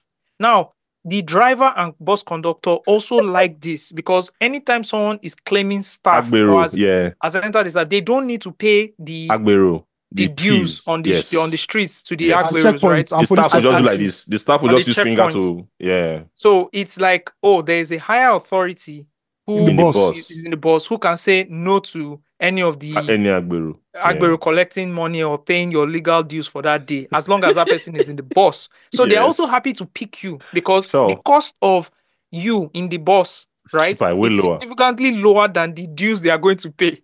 So they are very happy. Now, what happens in some scenarios is people who are not in any military affiliation, they enter the bus and then they look at the bus driver. They develop some sense of confidence and then look at the conductor and say, staff.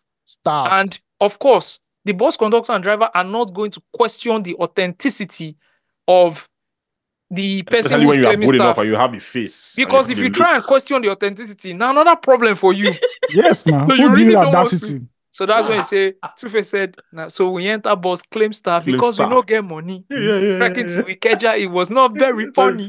But you know why they could claim staff? Yeah, why? Because at that time when they were living in Festac, they were living in Blackface's uncle's house and he was a military man. So that's why they could claim staff. Festac boy, staff. Go claim staff because they don't probably roll with the uncle and say staff. We said we gotta join now, we did. Who has claimed staff? You have never claimed staff before. I need to go. Then, of course, for you to claim staff, also is very important. You cannot have beards. You can only have a mustache because once you belong to those military services, you can't grow beards.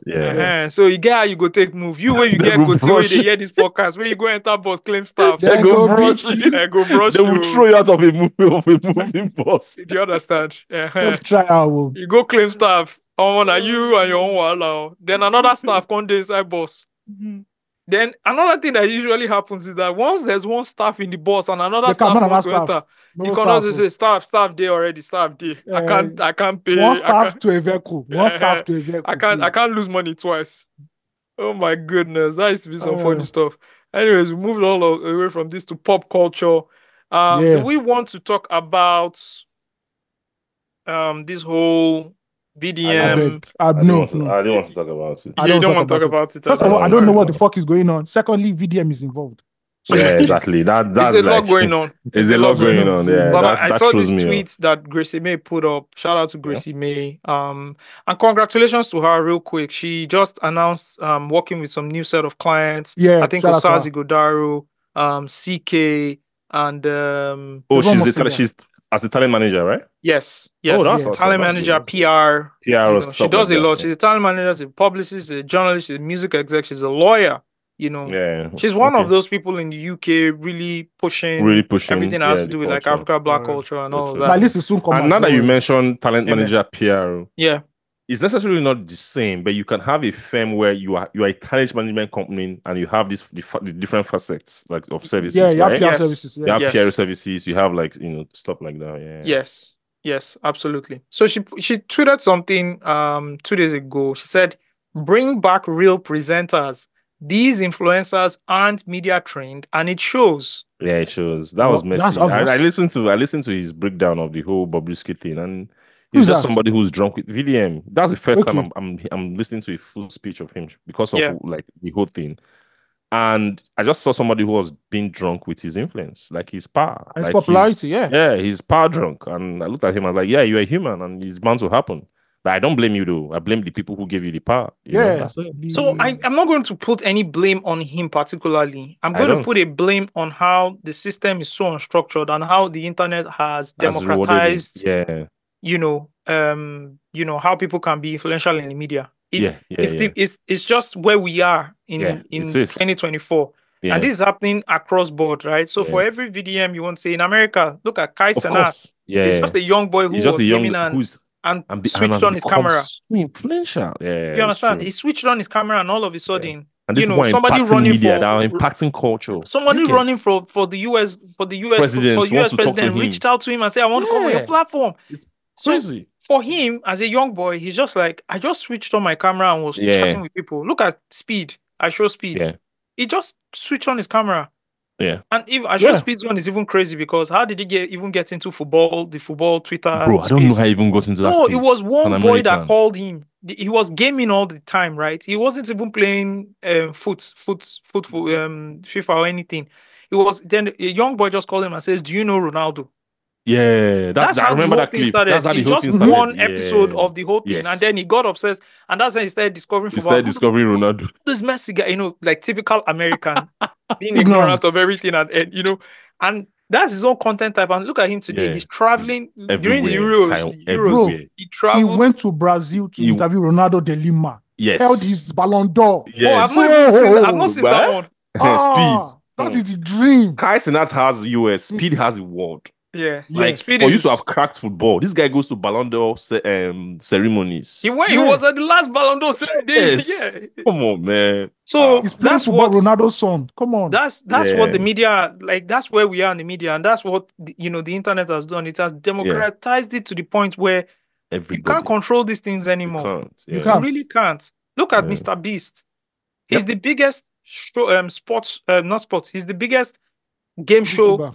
person. Yeah, game show, yeah. I will even take him away from YouTube. I'm going to say YouTube is just the channel where Where you can he find puts his him. game, game Yeah. shows. But now, think yeah. about all the biggest shows from Who Wants to Be a Millionaire to whatever, right? Across Yeah. the world. He's one America's Got single Talent. guy. Yeah. One single guy runs it on YouTube and he's Yeah. racking more And numbers he's than racking them. more numbers than everybody. Do you know Yeah. his version of Squid Game? You know, he had, Yes. He had more. he had his Yes. own Yeah. his Yes. version of Squid Game had more eyeballs than Squid Game on Netflix. Can Yeah. you imagine? This is Two, crazy. 230 million. This Yeah. is crazy. It's crazy. So Crazy. when you look at it from the local front here, right? VDM one day just picked up his phone and just started having commentary. He didn't Yeah. ask for the followers. Like Yeah, this he thing, did. he didn't premeditate it and say, you know what, I want to become the biggest. Now they give him biggest." the attention. Yeah. Yeah. And here's the thing, right? And this is why you have to put a lot of context and all of that. First, he's not media trained, Yeah. right? At He all. didn't go to Yeah. any school and everything. That's the first thing. Second thing is he's done like some level of good to people that have Mhm. ripped people off. He's called them out.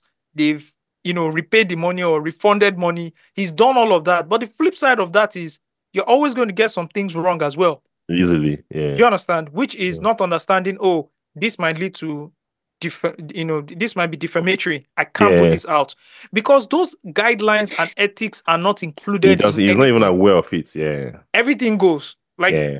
this case in you play a recording and then Yeah. you start to accuse, because he's done that before and it's worked. Yes. With basically his game is shame you to you learn your So lesson. Yeah. You gonna know, and learn. all of that. Yeah. Yeah. And he's done it now, and without context, you don't understand that some people who have been asking for presidential pardons Yeah. since the 90s. Since 1991. Do you understand? 93, You are yeah. not aware that happens, and then you don't have that context, and then you come and you start blaming or accusing immediately. Yeah. And dragging That's people what who are happens. lawyers. You're asking what Falana has done for Nigerians. Do you understand? Come on, my Do you nigga. understand? Are you playing? You ask Femi Falana, Yeah. you say, what have you done for What done for Nigerians? Nigerians? Yeah. That is a name you don't want to have. Yeah. Like, when you say Femi Falana is calling you for You something. don't want to be receiving a letter from that Or chamber. Femi Falana from that chambers. That is not a chamber you want to release letters from at all. So you see something like that without any context, without any training, without any editor. Because imagine if he was in a newsroom and he wanted to go live and then he submitted the script. The editor is going to call him and say, Mr. Man, sit down first. You must be joking. Let me now educate you. Have you done research? Go and do research and see, what are the lines here? Oh, for somebody to do this and do this, can you do this? Oh, to put this out, let's call our lawyer. Yeah. To see, in the legal framework, are we okay to put this kind of story out? Yeah. All those things don't exist. So when, Gracie says, bring back real presenters, I understand her. What she's saying. Yeah. Actually, I don't have the problem with bringing back real presenters or anything. The problem we have is the structure that is missing. Because guess what? If you put VDM in a proper newsroom, bro, this guy belongs in TMZ. Yeah. He's a TMZ guy. No? Do you understand what I'm saying? He will flourish well like Van Letten or even do better with his concept and everything.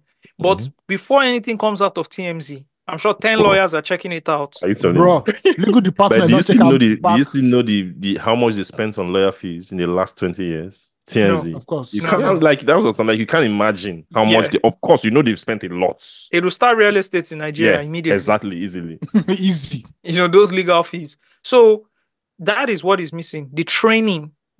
And again, like I always say, state of media is we're in a state of emergency. Media is a state of emergency. There are more people that are going to come up like this. And bro, download TikTok. Of course, one thing that scares me is for every person that comes out, just understand that another variation of that person is coming out in a year or 2 years' time. Yeah. VDM is just a variation of Mr. Jollof. Bro. Yes. Thank you. Yes. That's why they're clashing now. And that's why they're clashing. It's just a variation of Mr. Jollof. What Mr. Jollof did when it came out first, it was the same. Yes, it's the same thing. I call you out, you understand? I hang out with influential. I'm not influential. I can hang out with influential people as well. I will shame you out. It's the same thing.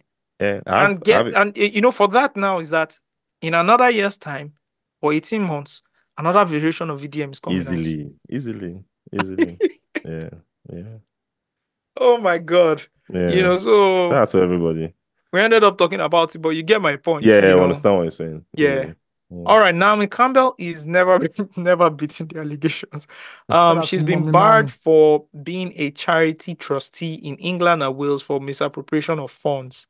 This sort of story is eye-catching because of the history in being involved with Blood Diamonds, with Charles Taylor. If you guys don't know Naomi Campbell's history, successful supermodel, which once in a while stories like this come up and people start to laugh and wonder what is really going on. Do you know what it takes for you to be barred as being a charity trustee?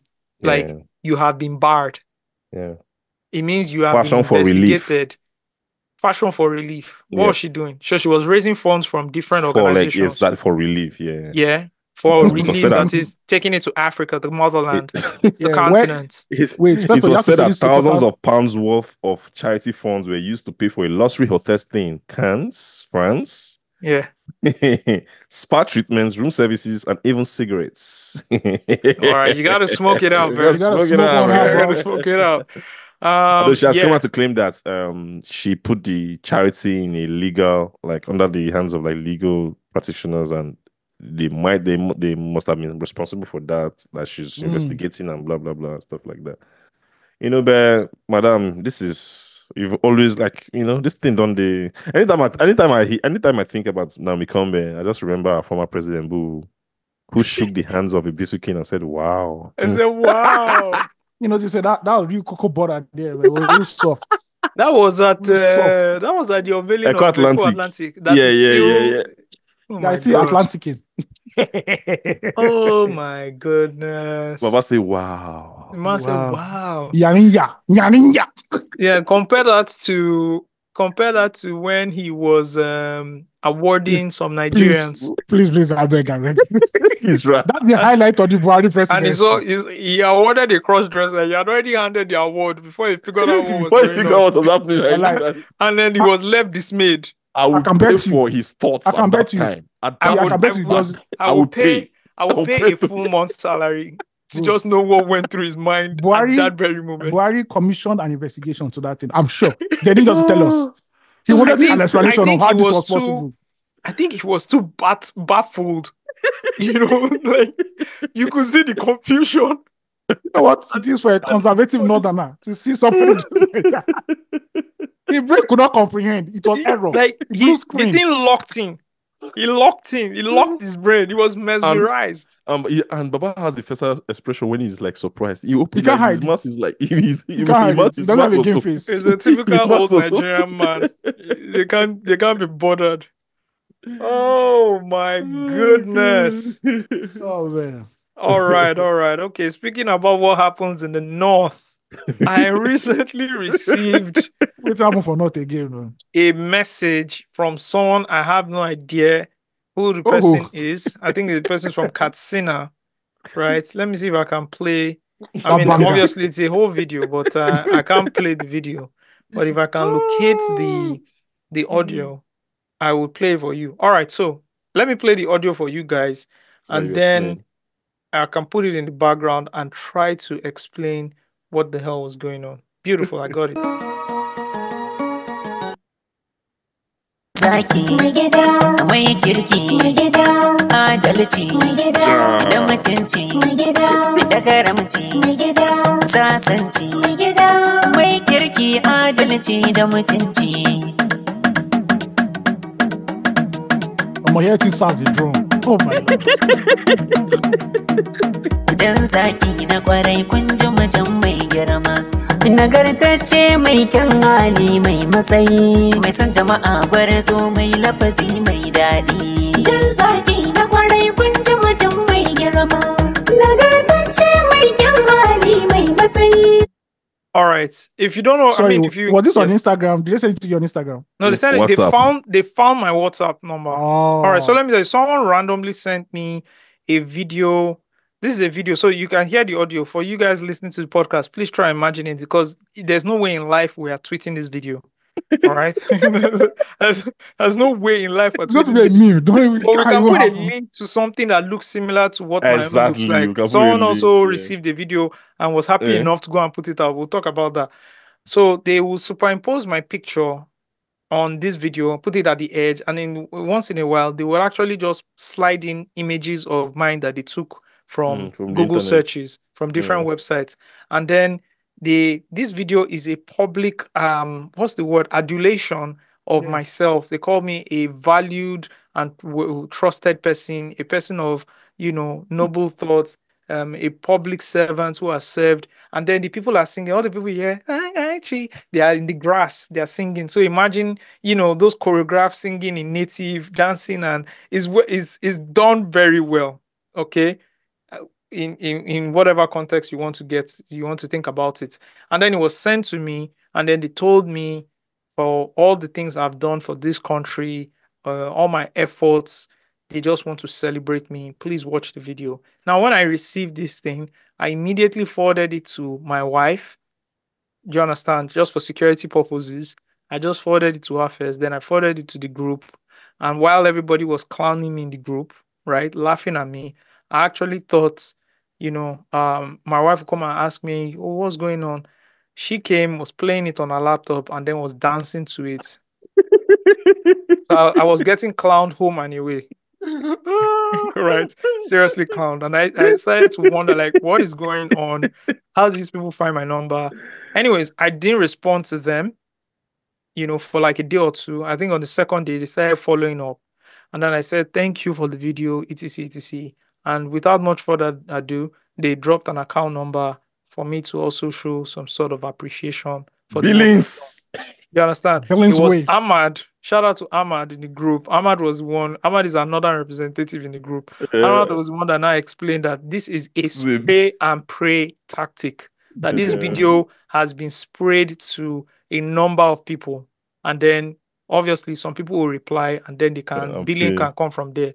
So I remember also putting this in the group and saying, I've been billed. And this the way the billing happened was as they sent it, the billing had already been orchestrated already because you can't say no.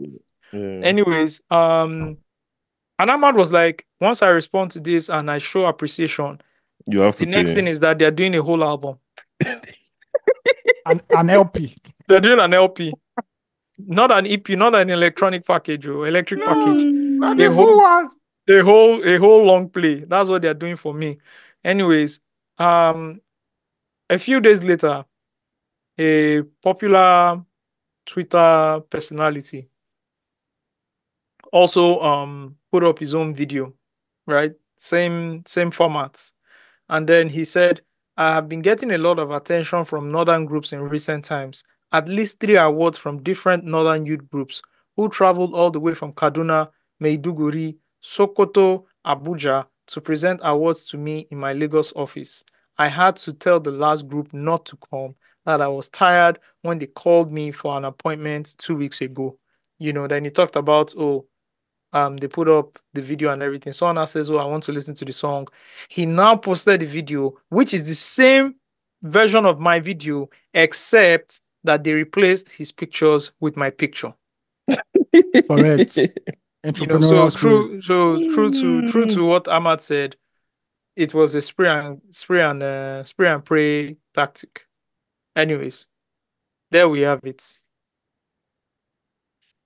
So if you guys receive any video from anybody, just understand that it's a spray and pray tactic. Yeah. But if you also want an album recorded in your name, you can go ahead and engage. Okay. All right. Idris Elba is to play Okonkwo and executive produce Things Fall Apart, the very successful and popular book written by Chinua Achebe. They're producing a TV series, and Nigerians are losing their minds on Twitter as usual. All right. People with what do I always describe Nigerians as? Main character syndrome. Thank you. Yeah, main character syndrome. Yeah, main character syndrome. Nigerians have main character syndrome. Yes, and they have basically called the whole thing out. Let me read the story though.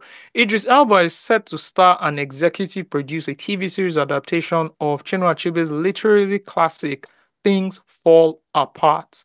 Elba has been slated to play the novel's protagonist, Okonkwo, a leader of the Igbo village, Umuofia, who battled with low tolerance for weakness in the wake of the coming of the British missionaries, dismayed by colonial rule.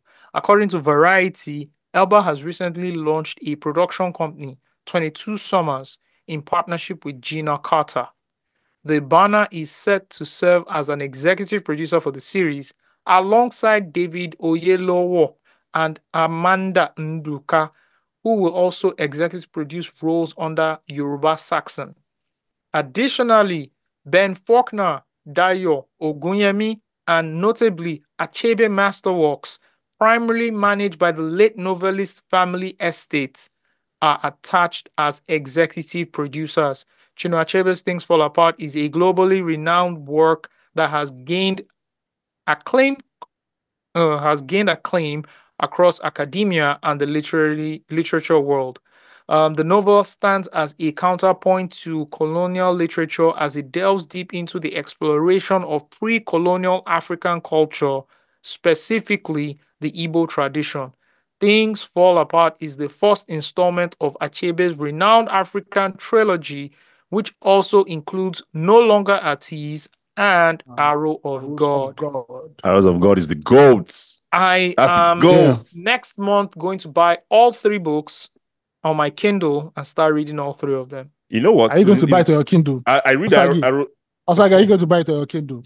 Or are you going to... Am I gonna? You're gonna buy it on your Kindle and then you. Okay. Share buy it on Kindle and send to us. Thank you I've not read Things Fall Apart in a while. But I read Arrows of God during the December holidays. Okay, and it was good, right? That's my best. That's one of my top 3 favorites. I've never read the remaining 2. I've not read the remaining 2. I've only read. Not read Arrows of God. No. Even no longer that is. I know what they're about. Yeah, but you've not read It's them. a continuation of the Okonkwo Don't generation. spoil it for Don't me. say Don't it. spoil Don't it for me. spoil it. No, there's no plot now. It's There's no just plot there. Okonkwo. Yeah. All right, all Okay. right. So let's Definitely do it and into read it. it. Let's read it. Let's read it. Let's read it. Let's read it. Let's read Yeah, it. Let's I'll read it. start with get it. my I'll hands on start it. with I'll start with it. I have some time. Yeah. Let's do it. Let's do it. So I'm happy this story is being told. Yeah. Okay. And before we talk to how like Nigerians are losing their own shit about nothing, I hate basically. that. I just want to say like I'm happy when they start telling like these stories of popular people that we know, right? Yeah. These African stories and all of that. Idris Elba is a fantastic actor who can Yeah. play in any role. And I think He this was in Beast of No Okonkwo Nation role, now.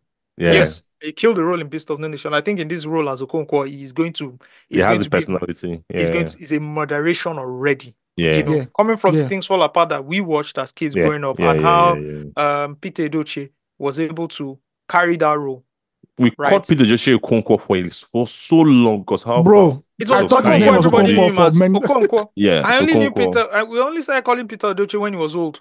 Yes, that's the Nollywood, that's the 2000 Nollywood era. Yeah, Yes, the era. yes, When he was yes. young, everybody called him Okonkwo. Okonkwo. Yeah, You know, true. so he bodied that role back then, and I love that it's a TV series. It's not a Yeah. short movie or whatever. Like it's a TV series, so there's a lot of progression. There's a lot of character building. You know how TV series are, right? Yep, All of that yep. is going to happen. So I'm very much looking forward to it. I'm also excited because of all the people involved. Thank From you. David Oyelowo to There's Nigerian representation in some ways. to Amaka Nduka. Do you understand? To the Chinua Achebe's like Estates. family estate also being Yeah. one of the That's very executive critical. producers. So Yeah. you know, from the scripting to the storyline to everything is going to be done very well. I Achebe think Masterworks is a good name for the estates. beautiful. Beautiful. Yeah. So I love it. And I think a lot of Nigerians going to now Nigerians' reactions. I think a lot of Nigerians didn't even read this They Forbes didn't read article the story. Yeah. to understand that Headline. this is Headline. the The level of headline. involvement from Yes. all these other people for this Yeah. story to come alive. They Yeah. didn't read anything. They just saw the headline. They saw David Oyelowo and they saw Idris Elba. Those ones that were pissed off with Idris Elba voicing Asake's new Asake's- documentary. But Just he said, murdered- you he know what? They extended the murdered it. beef. But he murdered it though.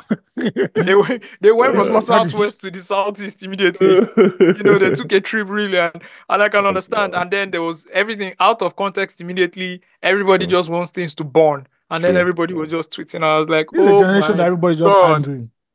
Everybody just angry. Can and they you just want to people show their just anger. investigate these things properly? You know, Yeah. and that's what the microsite Twitter does. It takes away all that context and nuance, and then replaces it with ambiguity. Speaking of context, right? Do many Nigerians know that this book is more of a British book than a Nigerian book? Because this was published by a British publishing house. Have you?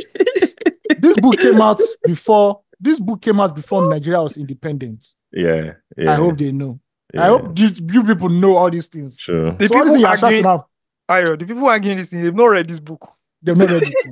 They've not read it. I'm sure. It's true. I'm sure Gen Z didn't read. Gen It's Z do not. This is not. Don't Even put this thing on. millennials. Don't put Even this thing on millennials Gen don't Z. read. No, millennials. We learned it with literature, The- junior English. How many people went to Steve, literature? Steve, Bro, how many Steve, people did it? If I No, was a science millennials, Steve student, did millennials are very well. Steve Dede. The people Yes. arguing this thing are not just. It's a whole group of people just being ignorant. ignorant. And the Willfully main problem ignorant. here is that main character syndrome. See, if they had just replaced Idris Elba and they put what's his name? That is in most of the essay series now. This young fine boy that was playing a lot of fine boys in In essay. yeah, he was also in Half of Yellow Sun. He played like a younger boy. I don't know his name. Osi Ukeji. Thank you. Oh, okay. If they said Osi Ukeji's went late, not one complaint. Nobody would say. It's just main character syndrome. Well, It's just that whole. Out Do you know Nigerians that if to they know. put someone from the southwest playing Okonkwo, if they put like a DME or collar on, people would get Bro, mad. And people then, get then the mad. story angle will just change. No, to it's not that people get mad. Wait till not that people get mad. wait till someone picks up the fact that the production house that is directing this thing is called Yoruba Saxon. It's over. Just wait till somebody on Twitter picks it up. Like, It's another problem. It's another You know, problem. the Twitter spaces will run mad. Elon Musk will It's say, another "You problem. guys chill." So this whole Chill. thing of why can't our people Yeah. do the stories? Let I me love jump on how that. okay, Let me please jump. jump on it out and I'll read the DTF Young. Aya is going to jump on it from an Afrobeats globalization point of view because he already has that that point. So that context, yeah. the NTA Things Fall Apart that we all watched as kids premiered in 1987. Yes. You can't tell me from 1987 to 2024, nobody in Nigerian movie industry has thought of the idea to shoot Things Fall Apart. Yeah. As all of you always do red carpet, you do red carpet, you shoot 4 Yoruba epic films that have the same characters, the same actors. We don't even know the difference anymore. Nobody has thought, oh, let's even try a modern interpretation of Things Fall Apart. But when white people now come and use their own hard-earned pound sterling to shoot something, you now have an idea. You now believe you have an idea that you actually believe you have a contribution, that your opinion should be held high. Excuse me, if you do not invest in something, you have no fucking idea. You have no contribution. Your contribution is not supposed to be there at all. I cannot put my money down and say, this is why I want to play Okonkwo. Then somebody who has mobile data in the poorest country in the world would not be telling me I should not do that. Where's your money? Go and do your own film now at the end of the day. Let me add this point to say that if Things Fall Apart, as iconic as it was, as it is, was a Yoruba story, Yorubas would have done it. And this is a message to you Igbo filmmakers because of your love for money, always trying to appeal to the wider audience to make money. And you guys are not picking up projects like this. If this was a Yoruba story, I know that Yorubas would have tried to do it. Just look at even what is happening right now in Netflix. They've conquered it now. They've conquered it. 4 back-to-back epics. Because of you guys, your main focus is always on money. How do I make money? How do I sell to everybody? If I speak Igbo, nobody will buy it. Blah blah blah. That's why the Igbo movie industry is not. The Igbo movie industry is what turned to Asaba. Yeah. Right? Because they don't want to speak their language. So that you know that Africa Magic created Africa Magic Igbo, so that part of the industry will not crash totally. That channel has suffered the most from the whole land, because they created 2 of 3. They created Yoruba, I think one from the north, Hausa. That Igbo one has been the one that has suffered the most. If you go now, they're the ones showing their Asaba movies. Yeah, which they're basically speaking English, right? Yeah. So this is to Igbo filmmakers. You guys are not putting in work because of your focus on how do I maximize every money and funds I can get from a particular movie project. But for them, the ones that have shot the movies, I would love to hear the feedback. Is it that there's no market for it? Is it, something, because everything ties back to economics, right? I know, right? But sometimes too, you think about you do things for legacy. Yeah, you right? do things for you do things for so Bro, and something you look at the Wole Soyinka books and you see there's a lot of theater play adaptations of it and all of that. Why don't we see that from books from like Chinua Achebe or Igbo literature? That was one of my bro. Even Igbo folklore, like Igbo myths. Let's do movies about that. It's not every time about Shango. Every time you want something about Shango. Let the Igbo filmmakers come and do it. Not every time you want to make money. Now is YouTube. All of them are rushing to YouTube because of how they've seen success from other people. Igbo filmmakers, all of them are on YouTube now. Using our content, trying to milk the and you see those stories on Nollytube. Some of them are terrible. Some of them, why they're running to YouTube? Because the production is cheap. Even J-Max's latest movie is on YouTube now. Yeah, he has a project that he's promoting on YouTube. Everybody now is going on YouTube because of how much the people are making on YouTube. We must stop allowing money to be the sole reason we are driving like some projects. Some are like really, really, I don't know, like legacy projects. Legacy content. That's why like Hausa Nollywood do. Hausa Nollywood, anytime. They double down into their culture. In recent history, I love the fact that people are complaining now, is this only the kind of movies you'll be doing now on Netflix? Do it. What is Shogun? What is Shogun? Well, thank you. What Shogun? Shogun is what they are doing. Yeah. People will watch 100 and Korean movies with almost the same similar storyline on Netflix. Bro, people used to watch Camila, Rebecca actors. Series, the Mexican series soap operas. It's not the same storyline. It's not the same storyline. Love each other. They are using one set to act 10 movies. Let them act one is rich. Yeah, let them act it. Let them act it and put it out on Netflix. Do you know that we now have 3 film villages in the space of 3 years? That's a big deal. Yeah, that's a big deal. Thank that's you. Because some people just want to show their culture. Exactly. Anyway, someone quoted this tweet on Twitter, said, OMG, F you Nollywood, this is your effing job. We should be adapting our own classics, but you're still stuck in 2005 with poor production, shitty scripts, and IG skit makers. Okonkwo is going to have a shitty African accent. This is the worst day of my effing life. Oh, that's the worst day of his life. Wow. That's your worst day. You don't have problem now. Filmmaker, creative, and all-round bad guy. Edith Young tweeted something. He said, it would cost $5 million for that single A-list attachment and probably $30 to $50 million production cost. There's no amount of great scripts and great actors that overcomes the economic gap. Nollywood simply can't afford book adaptations yet. You see all the people that to buy the rights of this book. 50 Cent tried buying the rights of this thing. No, he didn't try. He wanted to buy He tried buying the title. You know, he tried buying the title. Yes, title. He did a movie and titled it Things Fall Apart. So the right to use that title for his own movie, he couldn't get it. He couldn't afford it, and he changed his title. But you know what? It's laziness from Nigerian filmmakers, because Tunde Kelani's, like 3 of Tunde Kelani's films are from books. Yes. Are from books written in the 60s and 70s. And trust me, Achebe Masterworks, that's the estate, will give some sort of preference to Nigerian filmmakers who really want to do the story in terms of if quality. Genevieve approaches Achebe at the Achebe, they will do it easily. They will do That's it. what Genevieve wanted to do when she did Lionheart. I don't know why she asked. Yeah. So it was Igbo culture, yeah. Then the whole thing around, oh, he's not going to speak Igbo very well.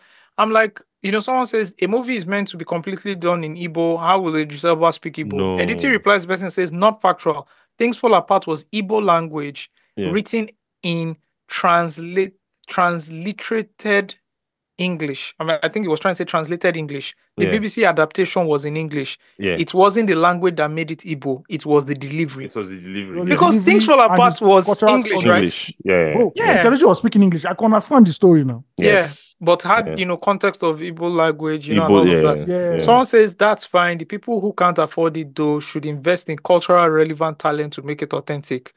Then he replies and says, which is exactly what David Oyelowo has done. A Nigerian producing a Nigerian story on the global stage and attaching one of the biggest acting talents. It's simple. Why do people get mad that, Idris Elba, if anybody should play this role, look at what Idris Elba did in The Wire. He's British, but he sounded like he was from New York. Idris Elba is one of the most bankable stars in Hollywood. Yeah. So what else are we looking for again?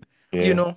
So these things, when you call Chinua Achebe, he also said, me that use Fela and Christy Esen Ibokwe, if I start to talk what I saw, they can't afford this. You can't. It's expensive. So again, people speak from a lot of, from a place of ignorance. The thing is just, let me just go and start shooting the movie and all that. There's a lot of details that go into these things, and it costs money.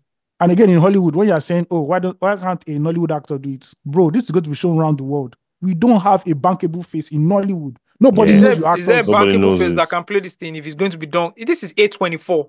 If you know who A24 is, A24 is the gold standard. Other than HBO, for me, A24. A24, yes. A24 is so big that if you put an A24 just logo and say, this movie is A24, people are going to watch it. There's a certain brand in A24. People rush to go and watch A24 movies because there's a perspective they shoot it from, etc. Remove bankable, remove commercial, like the commercial parts. Recognized. I'm talking about the art itself. Yes. Who do you think can deliver this thing? Like apart from Peter on an elite, apart from Peter Joshua. These guys did theater. I'm talking about on an elite level. Nobody did. Nobody. These guys are not classically trained. Come on now. We look at Hollywood and check the CV of all your Hollywood actors. They have been trained. Nobody stumbles on set. Hollywood is too big a business for them to give a role to a Johnny Just Come. We give roles to how many people do you have on Instagram? You have 10 million followers. This guy became the lead actor for Snowfall just because he's black and fine. Let me tell you a story. I used to follow Idris. I used to follow Idris when he used to do skits on YouTube. Yeah. Then one day he deleted everything and he just said he's going to film school in America. And I was like, how is the guy? Bro, the guy was trained. He went to LA. Do you know who was his acting coach in LA? Mark 10. Mark 10 rapper. Can you imagine? The blood. This guy, Jumbo Egba, went to film. He's trained. You can't just enter Star Wars without training. There's no way. No. Nigeria will just say, you sabi actor because you sabi do one kind Yeah, put him in front of the camera. Now you have 10 million followers on Instagram. This guy just did BBA. Let's put her in front of the camera. Yes, now. But there's that Is it- pipeline from Reality TV. shows Yeah. to Yeah. acting because you have the There's- numbers. You have numbers. Yeah, Yeah. because Yeah. one post on your IG blows the movie. It blows the Yeah. movie. Yeah. Yeah. Yeah, there's There's all this- that going. There's this series called Lotus. I think it's called Lotus or something. The season 1, season 2. Yeah. If you see the acting analysis on YouTube, things that didn't even catch my eye, you be like, bro, you doff your heart to American actors. Mhm. Bro, there's a reason why Hollywood is the gold standard. Yeah. We would just say, oh, we make many movies. Bro, Yeah. acting and script writing, we Yeah. are far, far behind. Far There's something behind. Oris told me. He said there's a myth that Nigerians say, oh, we create great authors. How many authors in a nation of 200 million Yeah. and 64 Yeah. years old right now? How many authors do we know apart from the big three? Shoenka, Achebe, what's her name? Chimamanda. Okay, Cyprian Ekwensi. Yeah. Can you Cyprian. name Yeah. Can you name 30 Nigerian authors? Elites. Elite. No. Top class. What? Bro, it's a myth. We don't know how to write stories. Apart from this, We have these main character individuals. syndrome. Is a problem. Nigerians could not just sit down and whoever said that giant of Africa thing has done a disservice to us. I want to put it another way. Nigerians don't know how to tell stories in English. Yes, Let that's me put it true. that way. We do Because have our authors, though. our We do local have language. authors. Yeah. No, I'm not saying we don't have authors. I'm Have saying authors. on an elite level. We have Yeah. authors, Osagie. Yeah, we have And what boys do. Ayo is saying is very important, right? So telling the stories Because in English. recently, I started figuring out. Recently, in the last 3-4 months, I've been very, very serious with my literature, right? And not just English language, with my literature. Just going deeper into like literature and stuff like that. And even poetry. And I started thinking about looking at poetry in Nigeria and comparing it to what we have outside. Like, it's so poor, to be very honest. And the problem is English language, right? Yeah. The problem is because on the native language level, we have this thing at an elite level where people know how to frame stories, even in poetry, proverbs, stuff like that, right? Yeah. But the problem is the translation to English language where people can't form translation from the and most importantly, the composition. the composition. Yes. Exactly. Yeah. And Steve, like if you look at you know what it ties back to? Well, Education. Because our best authors, our best authors that you just mentioned, if you mention 10, most of them are from the 70s. yeah. Yeah. Even in poetry, our best poets are from Standard the 5 90s. from Thank you. Yeah. It's still, you can still tie it back to education. even some of the best writers, like you see how Onyeka Onwenu wrote her records. Thank you. Christian Thank Igbokwe. Steve, you. now let me blow your mind because this same thing I thought about it, but I thought about it in music. You know how they say, Yeah. oh, Nigerian music, pop music is trash. Like, oh, the lyrics are Yeah. bad. When somebody sings in his native dialect, Asake music is a clear example. Thank bro, you. the music is more profound. Look at If you how notice, deep. Thank you. Look Thank at Flavor you. now. Flavor Thank is you. a deep artist. There was a Yeah. record. There was a video of Asake performing that I said crowd control. What song was he Yeah, I saw performing? it. Yeah. Ayo, do you remember the song he was performing in that video? No, I can't remember the song. It's from the Walk of Art album. Basquiat. Yeah, Basquiat. My God, the writing of that record. Yeah.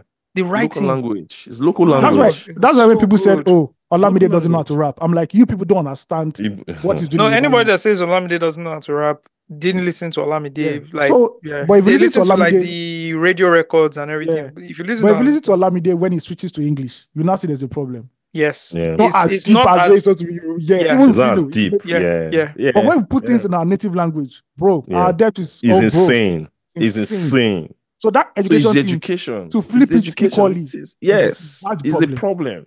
there's a problem. That's the problem. It is. You're right. Bro, You're right. hey, All right, English moving language on is, to Idris Elba, as we have praised him enough. Let us listen to. Let's humble him a little. that was more Dasha. It's a Leko boy from the parts where the boys are not smiling.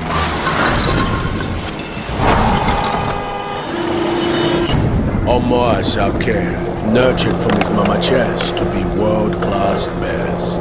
Flyer than your average, but the story never starts yet. You don't tell where you walk out. I don't even know what happened. I don't think we can go ahead with this. The ancestors did not want us to finish. It's so bad. Yeah. It's too bad. It's too bad. It's too bad. Here's the thing though, and this is what the people who created this thing will tell you. I sent this video to someone, and the person told me, Lungu Boy no get YouTube. Do you understand my point? Like, Yeah. it's not created for like the Nigerian market. Yeah. Oh yes. From the Walk of Art album, Asake's career branding has been carefully crafted for an international market. Yeah. Which makes a lot of sense because that's where he makes the money from. Yeah, that's where you're getting your piece from. So Yeah. hey, So from the first album, you can see how very local it was. From the second album, you see how they started branding. Look at the album cover, the color codes, everything, kind of music we're saying, the side by side, not comparison, but like the how they kind of attached this whole thing with the Basquiat theme, with the walk of art, like everything. And to the Lungu Boy now, it feels like the way I see Asake is like all those very big dancehall artists that they're trying to blow up in the US. Yeah, true. But the Mans, the way they blow them up is still with their home front character and music and everything, right? Yeah. But it's not for the African market. So you can hear a record like, that's for Europe. Yeah. That's you understand? Dance that's clubs. for Ibiza, and all of that. So when you see something like this, it's carefully crafted to say, we're trying to read this market. We need Idris Elba to come and do this thing because it just works. The overall branding, everything just works. He just gets it, yeah, and puts it in market. Now, on a local level, does this sound great? No. Oh, now I know why Lungu Boy is my favorite Asake album. Yeah, of course. I don't understand Yoruba like very well. Yeah, on that level. Yeah, that one too. Bro, I love that. I love Lungu Boy. Are you serious? Jesus Christ. I love the album. So that's the thing, right? If you don't even get what Asake is saying most of the time, and you listen to Lungu Boy, you're like, wow, this is fire. Well, we will not be like, bro, he has shit that's harder than this. Or this. We're speaking like deep Yoruba, like what say is what cuts across. So that number 4 track, My Heart. I can that song. I can be playing that album. I was spending. Asake right now is where Sean Paul was when Sean Paul was blowing up. Where the world said, "Oh, Sean Paul is the biggest, greatest dancehall artist," and Jamaica like, bro, no, we don't give this guy. This guy doesn't have his credit. Like he's just one of those guys. This guy is from Brooklyn. Like, bro, Sean Paul comes from a well-to-do family, a prestigious family. Yeah, he's not in the dancehall target area. Yeah. He's not. See, Buju Banton is a god in Jamaica. Sean Paul is not even referred. Sean Paul is just a superstar. Buju Banton, all those guys, Bounty Killer, all those guys. Those are the real men. Then those are the real killers. Vibes Cartel. But Movado, them. Yeah. Not that Asake is not killing you, but bro. Yeah, so they've kind of moved him into that because that's where he makes money from. He's on top. He's on top. That's what you got to do. You got to do what you got to do. He performed in Paris yesterday. Your market is coming to Amsterdam. Your market is not big enough. You've not developed it. The government has not helped. You've not enabled anything. You know what? It doesn't make business sense to. You know what surprises me? It doesn't. You know what surprises me? Whenever I go to like events or master classes or stuff, and they say, "How come our artists are not performing in the country?" In my mind, I was like, "Do you know the country?" Have you traveled? No, I'm even saying, do you know the country you are living in? Because you are in Lagos. People can't even afford to pay for the tickets. First of all, people can't afford 1,000 naira for Apple Music every month. Why do you think people travel with a tour bus when they are touring? Because they can't be flying with the whole crew, everybody. Come on. Travel cross. There's no road. Bro, travel with that bus. That bus that you travel with that bus from Lagos to Benin. You are instead of going straight to the hotel or to the venue to rehearse, you are going first to the mechanic. No government. It doesn't make sense. That's if government don't stop you. That's if government exactly. Or the road is not bad. And guess what? If Lagosians are complaining that they can't afford to buy tickets, just imagine what's happening in other states. Are saying. Yeah. So music is just like our oil and our football right now. The raw talent goes out today. Yeah. Simple as that. Simple as that. Don't kill yourself. Yeah. And our stories. Yeah, because if they do things all apart series and they put it on Netflix for only Nigerians to watch it, how many of you are on Netflix? Nigerians that be asking when is it coming on YouTube? There's one popular place that people down. I think they shut it down. They finally shut it down. Yeah, I know that place. Yes, it was because what's the name of? It was the Netflix Nigerian flick that made them shut down that place. I think it was a Mo production or something. Very popular. Yeah. No, I think it was. This I think thing. it That's was where the Netflix, Net Niger or something. Net Niger. Niger. Any movie you are looking for, they will have there. it. They shot That's it where by people Net go to Niger. now. That's where people go and download music because they can't be playing it They all can't the be time. playing it all the Osagie. time. People download Why do you think They people don't go even to cap. YouTube? Why do you think people go to YouTube? Because when they go to the office, they just download it on their device. The office Wi-Fi. Yes. Thank you. It up. Yeah, that's it. So That's people can afford these things. Let's keep moving. Let's talk about music. One of my favorite artists has dropped a new body of work. Who be that? And you've not heard it. Oh my God. I'm just going to hear it this weekend. This weekend. Okay. I know the person now. I'm just going to hear it this too. weekend. I've not heard it too. Yeah, I've not heard it too. I didn't have time this weekend to listen to it. So. You guys didn't have time to listen to it? I've not had time to listen to it. So let's talk about it next week. We should talk about it next week. No, we can just talk about the artist now. That's all. Okay, so granted, we will talk about the album next week. We're talking about Reminisce's Sui Generis. Is that how to pronounce it? Sui Generis. Sui Generis. What is the meaning of that, please? I'm going to call Reminisce so that he can. I would ask Reminisce to send us a voice note so we can put on the pod. But I saw the promo for the album, and then I saw the performance of this record called Coupe. This is the first record of the album, and in usual fashion is banging.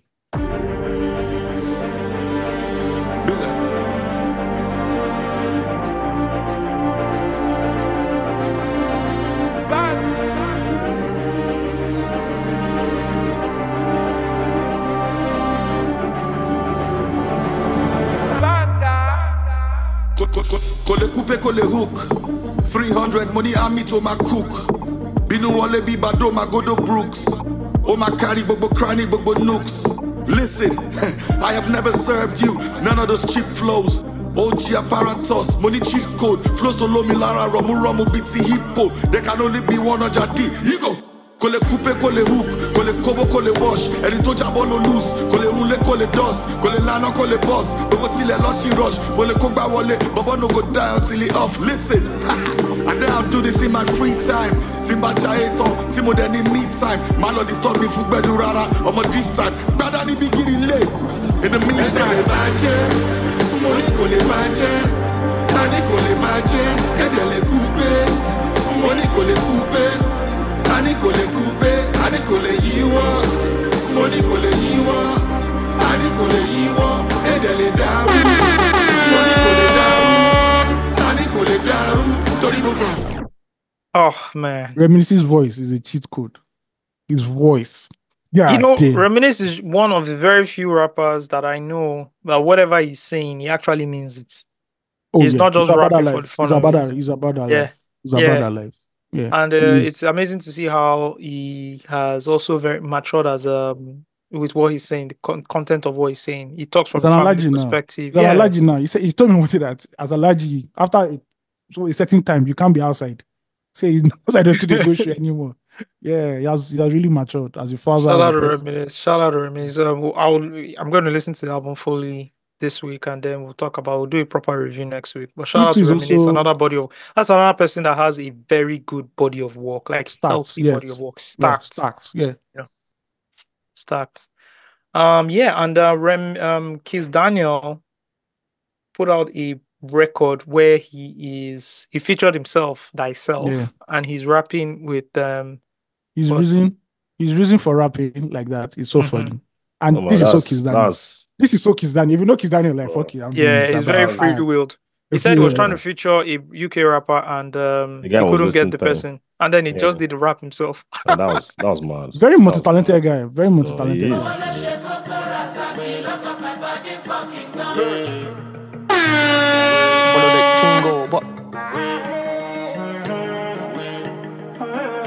I know fancy the lifestyle, I just want to found fast. Ojú rí ẹnu kò lè sọ, owó ló mú mi wá oṣù Lagos. Ẹsẹ̀ tí mo ní mo fi wà ká gan, ọwọ́ tí mo ní mo fi gbowó gan. Sandali lè ṣọlá ìsọ̀tà, kí n kọrin mo ṣáì kan mà. Ṣé make we try sọ̀tàm? I no get money, my eye like a Before you guys, I go to prime, I go to touch in my own base. must. To pajo woja kajole. To pajo moka jomaki. To pajele kajamaki. Kikori mo shai koma. Imalari shola isota. Kikori mo shai koma. Polo shikuku rasaki. So I got a 16 course and a 16 gyps. 16 girls about age 18. Look to the left, see the man them in jeans. Look to the right, my girls in heels. Man them in balaclava, man them in Muslim and laptop bar.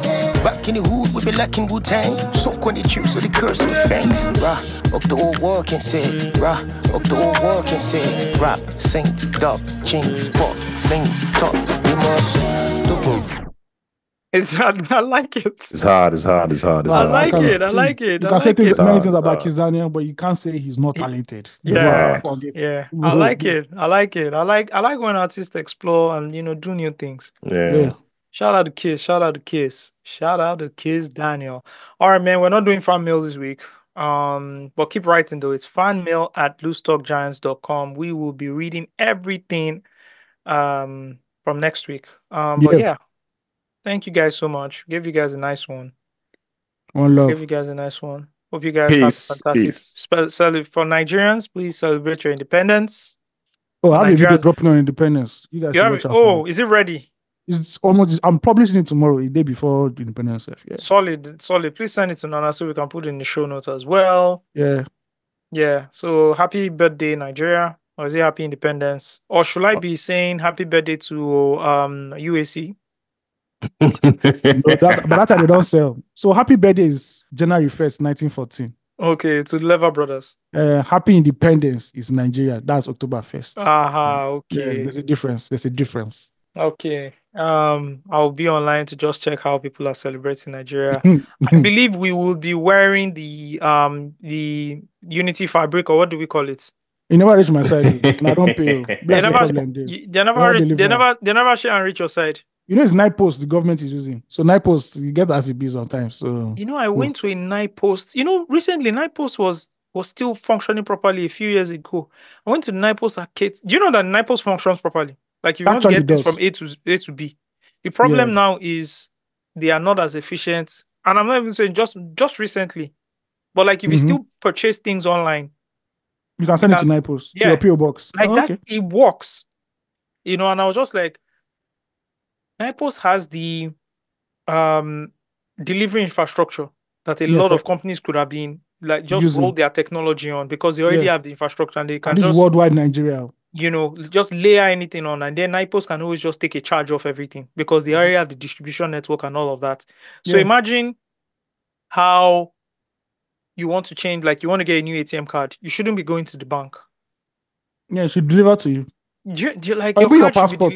Or even your passport. They should be like that. Should be one of the top earning agencies, revenue earning agencies in Nigeria. DHL should not be functioning. The use they case should, is too much. But they shouldn't have the biggest market share. Even down to your local grocery, delivering groceries to your house. Yeah, they should be able to do it. Yeah, like it's simple. All you do is just build on the infrastructure. Just build on the infrastructure that is available. Yeah. That's it. Digitize everything. Bro, the social commerce market right now that's happening in Nigeria where people are selling on social media, it should be built on NIPOst, where someone just buys something from me, I order the NIPOst, local NIPOst, and send the person the delivery. Simple. So you can do it in two ways, right? You can either go to your local NIPOst to go and ship it out. Yes. Or you what you call it? You request for someone to come and pick it up. So come and pick it home service. Simple. 1 to 3 days, all those things. Yeah. Well, I believe that's why they appointed that lovely lady. But I don't think, I don't know. I heard the first thing she did was change the chair. No, that's what you do in civil service. If you are the organ of any civil service, the first thing you do is change the chair. You don't sit on the chair. I want to add that describing her as a lovely lady is misogynistic because she doesn't have to be lovely. We didn't employ her there to be lovely. We employ her there to be efficient and to be competent. But I think loveliness is efficient. You wouldn't have called the man a lovely man. No, you would have said he probably said a nice man. No, I'm saying the handsome chap. Do that. The problem is all the men with the Nigerian politics, they're not fine. That's the problem. Most of them are ugly niggas. So that's the point. The point is why are you describing her with her features, her physical features? We don't care about it. Hardworking woman. Yeah, thank you. I'm going to leave us with a tweet from Doc Neto. Doc Neto says, "Sorry, but I can't take anyone seriously whose primarily email address is a Yahoo one, especially if it's a job for a job application. It communicates to me that you are likely a laggard or unlikely to be innovative. Dogneto, you are Dog, showing your Dogneto, you are showing your age. What is laggard? What is dog, laggard? You are showing your age. What is Oh, laggard? wow. I just email thought address now, I just email thought about address it now, now. dog. Let me check. So if I if don't you I don't use my if you Yahoo apply for anymore. a job with Yahoo email I'm now, gonna go use Gmail. I beg. Go use Now Gmail. I Gmail dog, is the official is one. it this I thing that beg. Doc is doing? In a few years, Gmail will not now be fancy and be the in thing. No, And then the new thing, you now use it. It's no, simple. by that time, Yes. Doc is locked in on Gmail. You don't understand how people No, locked in on Doc. Yahoo. Doc can never be. Doc is an No, Yahoo innovative had a founder. series of Doc is controversies. an entrepreneur, a But founder. He can't be locked in on anything. He has to be able to evolve as soon as possible. And Doc Oh, is wow, I saw someone the like tweet. I said, Doc, is this not too harsh? no, it's Doc. not. I think it's a differentiator. It's an important one. It's like there's detail in this, right? It might look Mhm. small, but there's something in it, and I understand what he's trying to say. No, I get it. I get it. Yeah, Those are I some get it. small biases that creep up in you that you. Yeah, exactly. Yeah. You look at it and say, yeah, okay. Yeah. 2024. But You get congrats to Doc Neto. He recently spoke on the Clinton Global Initiative stage yeah. in NYC. Shout out to him as It well. was an I everybody's think he in was an NY. Akwa just before that. Doc is just out there walking. He's Man. actually a globetrotter. He's Yeah, always on the move. yeah. He's always on the move, but he always finds time to drop some data around you back or dispel some tweets using data. Data, which is He's well known for important. that. Yeah, which is very important. Yeah. I think someone was talking about that cooking, and that then particular one is CCME. also interesting because Yeah. it keeps interesting me because of the people that stayed away from that tweet. Oh, that Let me tell tweet. you, data is like their garlic. It's like their garlic water The way that used to vampires chase away all make. the vampires. The cross, the dagger, and the garlic water. That's their Because you allergy. can't They're buy allergic to data, it. They are kryptonites. They're allergic to it. So CCME quoted someone tweeted, I think the person was going back. Someone tweeted saying, growing up, my mom got off work and cooked dinner every night, unless it was a late night from church or one of us decided to cook. I want my wife to do the same for our children. That's what the person tweeted. Yeah. Now, CCME quotes the tweet. If you don't CCME, fantastic food blogger, Yeah. amazing woman all around. She quotes the tweet, says, did you ever ask your mom how she felt cooking every day? That was just a question. That tweet that CCME put out has 5.2 million views. Of course. Right? Damn. And then, Doc to the rescue with, well, not to the rescue here, but Doc here with some data just to share. Yeah. It says, contrary to what Twitter often suggests, when surveyed, most women enjoy cooking for their families. Yeah. Wow. And then the infographic states, nearly 6 in 10 globally enjoy cooking, but there is a large divide between men and women. Thinking about the past 7 days in general, did you enjoy cooking? If you did not in the past 7 days, please just say no. And then, there's a whole infographic. Globally, 58% people enjoyed cooking in the past 7 days. 17% did not enjoy cooking. And then 24% did not cook in the past 7 days. 40% of men enjoyed cooking. To compare, 76% of women enjoy cooking in the last 7 days. Of course, there's some context there. It says data collected in 2022. No, China was not surveyed in 2022. Did not know or refused to answer. Responses were not shown. It was put together by the Ajinomoto Group, Gallup 2022. Right. So I don't know how many people they interviewed, but it's a survey. I would imagine, and it's a global survey. Yeah. So that's Doc again with That's just Doc. Yeah. Saving us once again. with just the context. Anyways, man, you guys go ahead and have a fantastic day. Tottenham plays Manchester United later on today. I don't know if my week is going to be ruined or not, but hey, we'll just look forward to it. I don't care. Bro, at this point, anything they want to play, let them play. I'm happy that Man City dropped points and that Arsenal was able to, go closer to. Yeah. But it now looks like this Liverpool that people didn't even think were in the race are now the ones that are. The league is still young. We still have all the way to me. My brother, that's what we said last year. We ended up at 8th place. I not do the link is still. No, me already knew from the first 5 games that I'm talking about the contenders. I'm not talking about Man United. We have a full squad, a healthy squad. We have everything now. Anything less than 3-0 today, overwhelming display of football intelligence today. Sack and Ten Hag. There's no more excuse. No more excuse. At this point, you can go with the Guavon. There's no difference. Oh my God. Anyways, you guys go and have a fantastic day. Happy birthday, Nigeria. Catch you guys on the next one. Bye. Peace. Bye.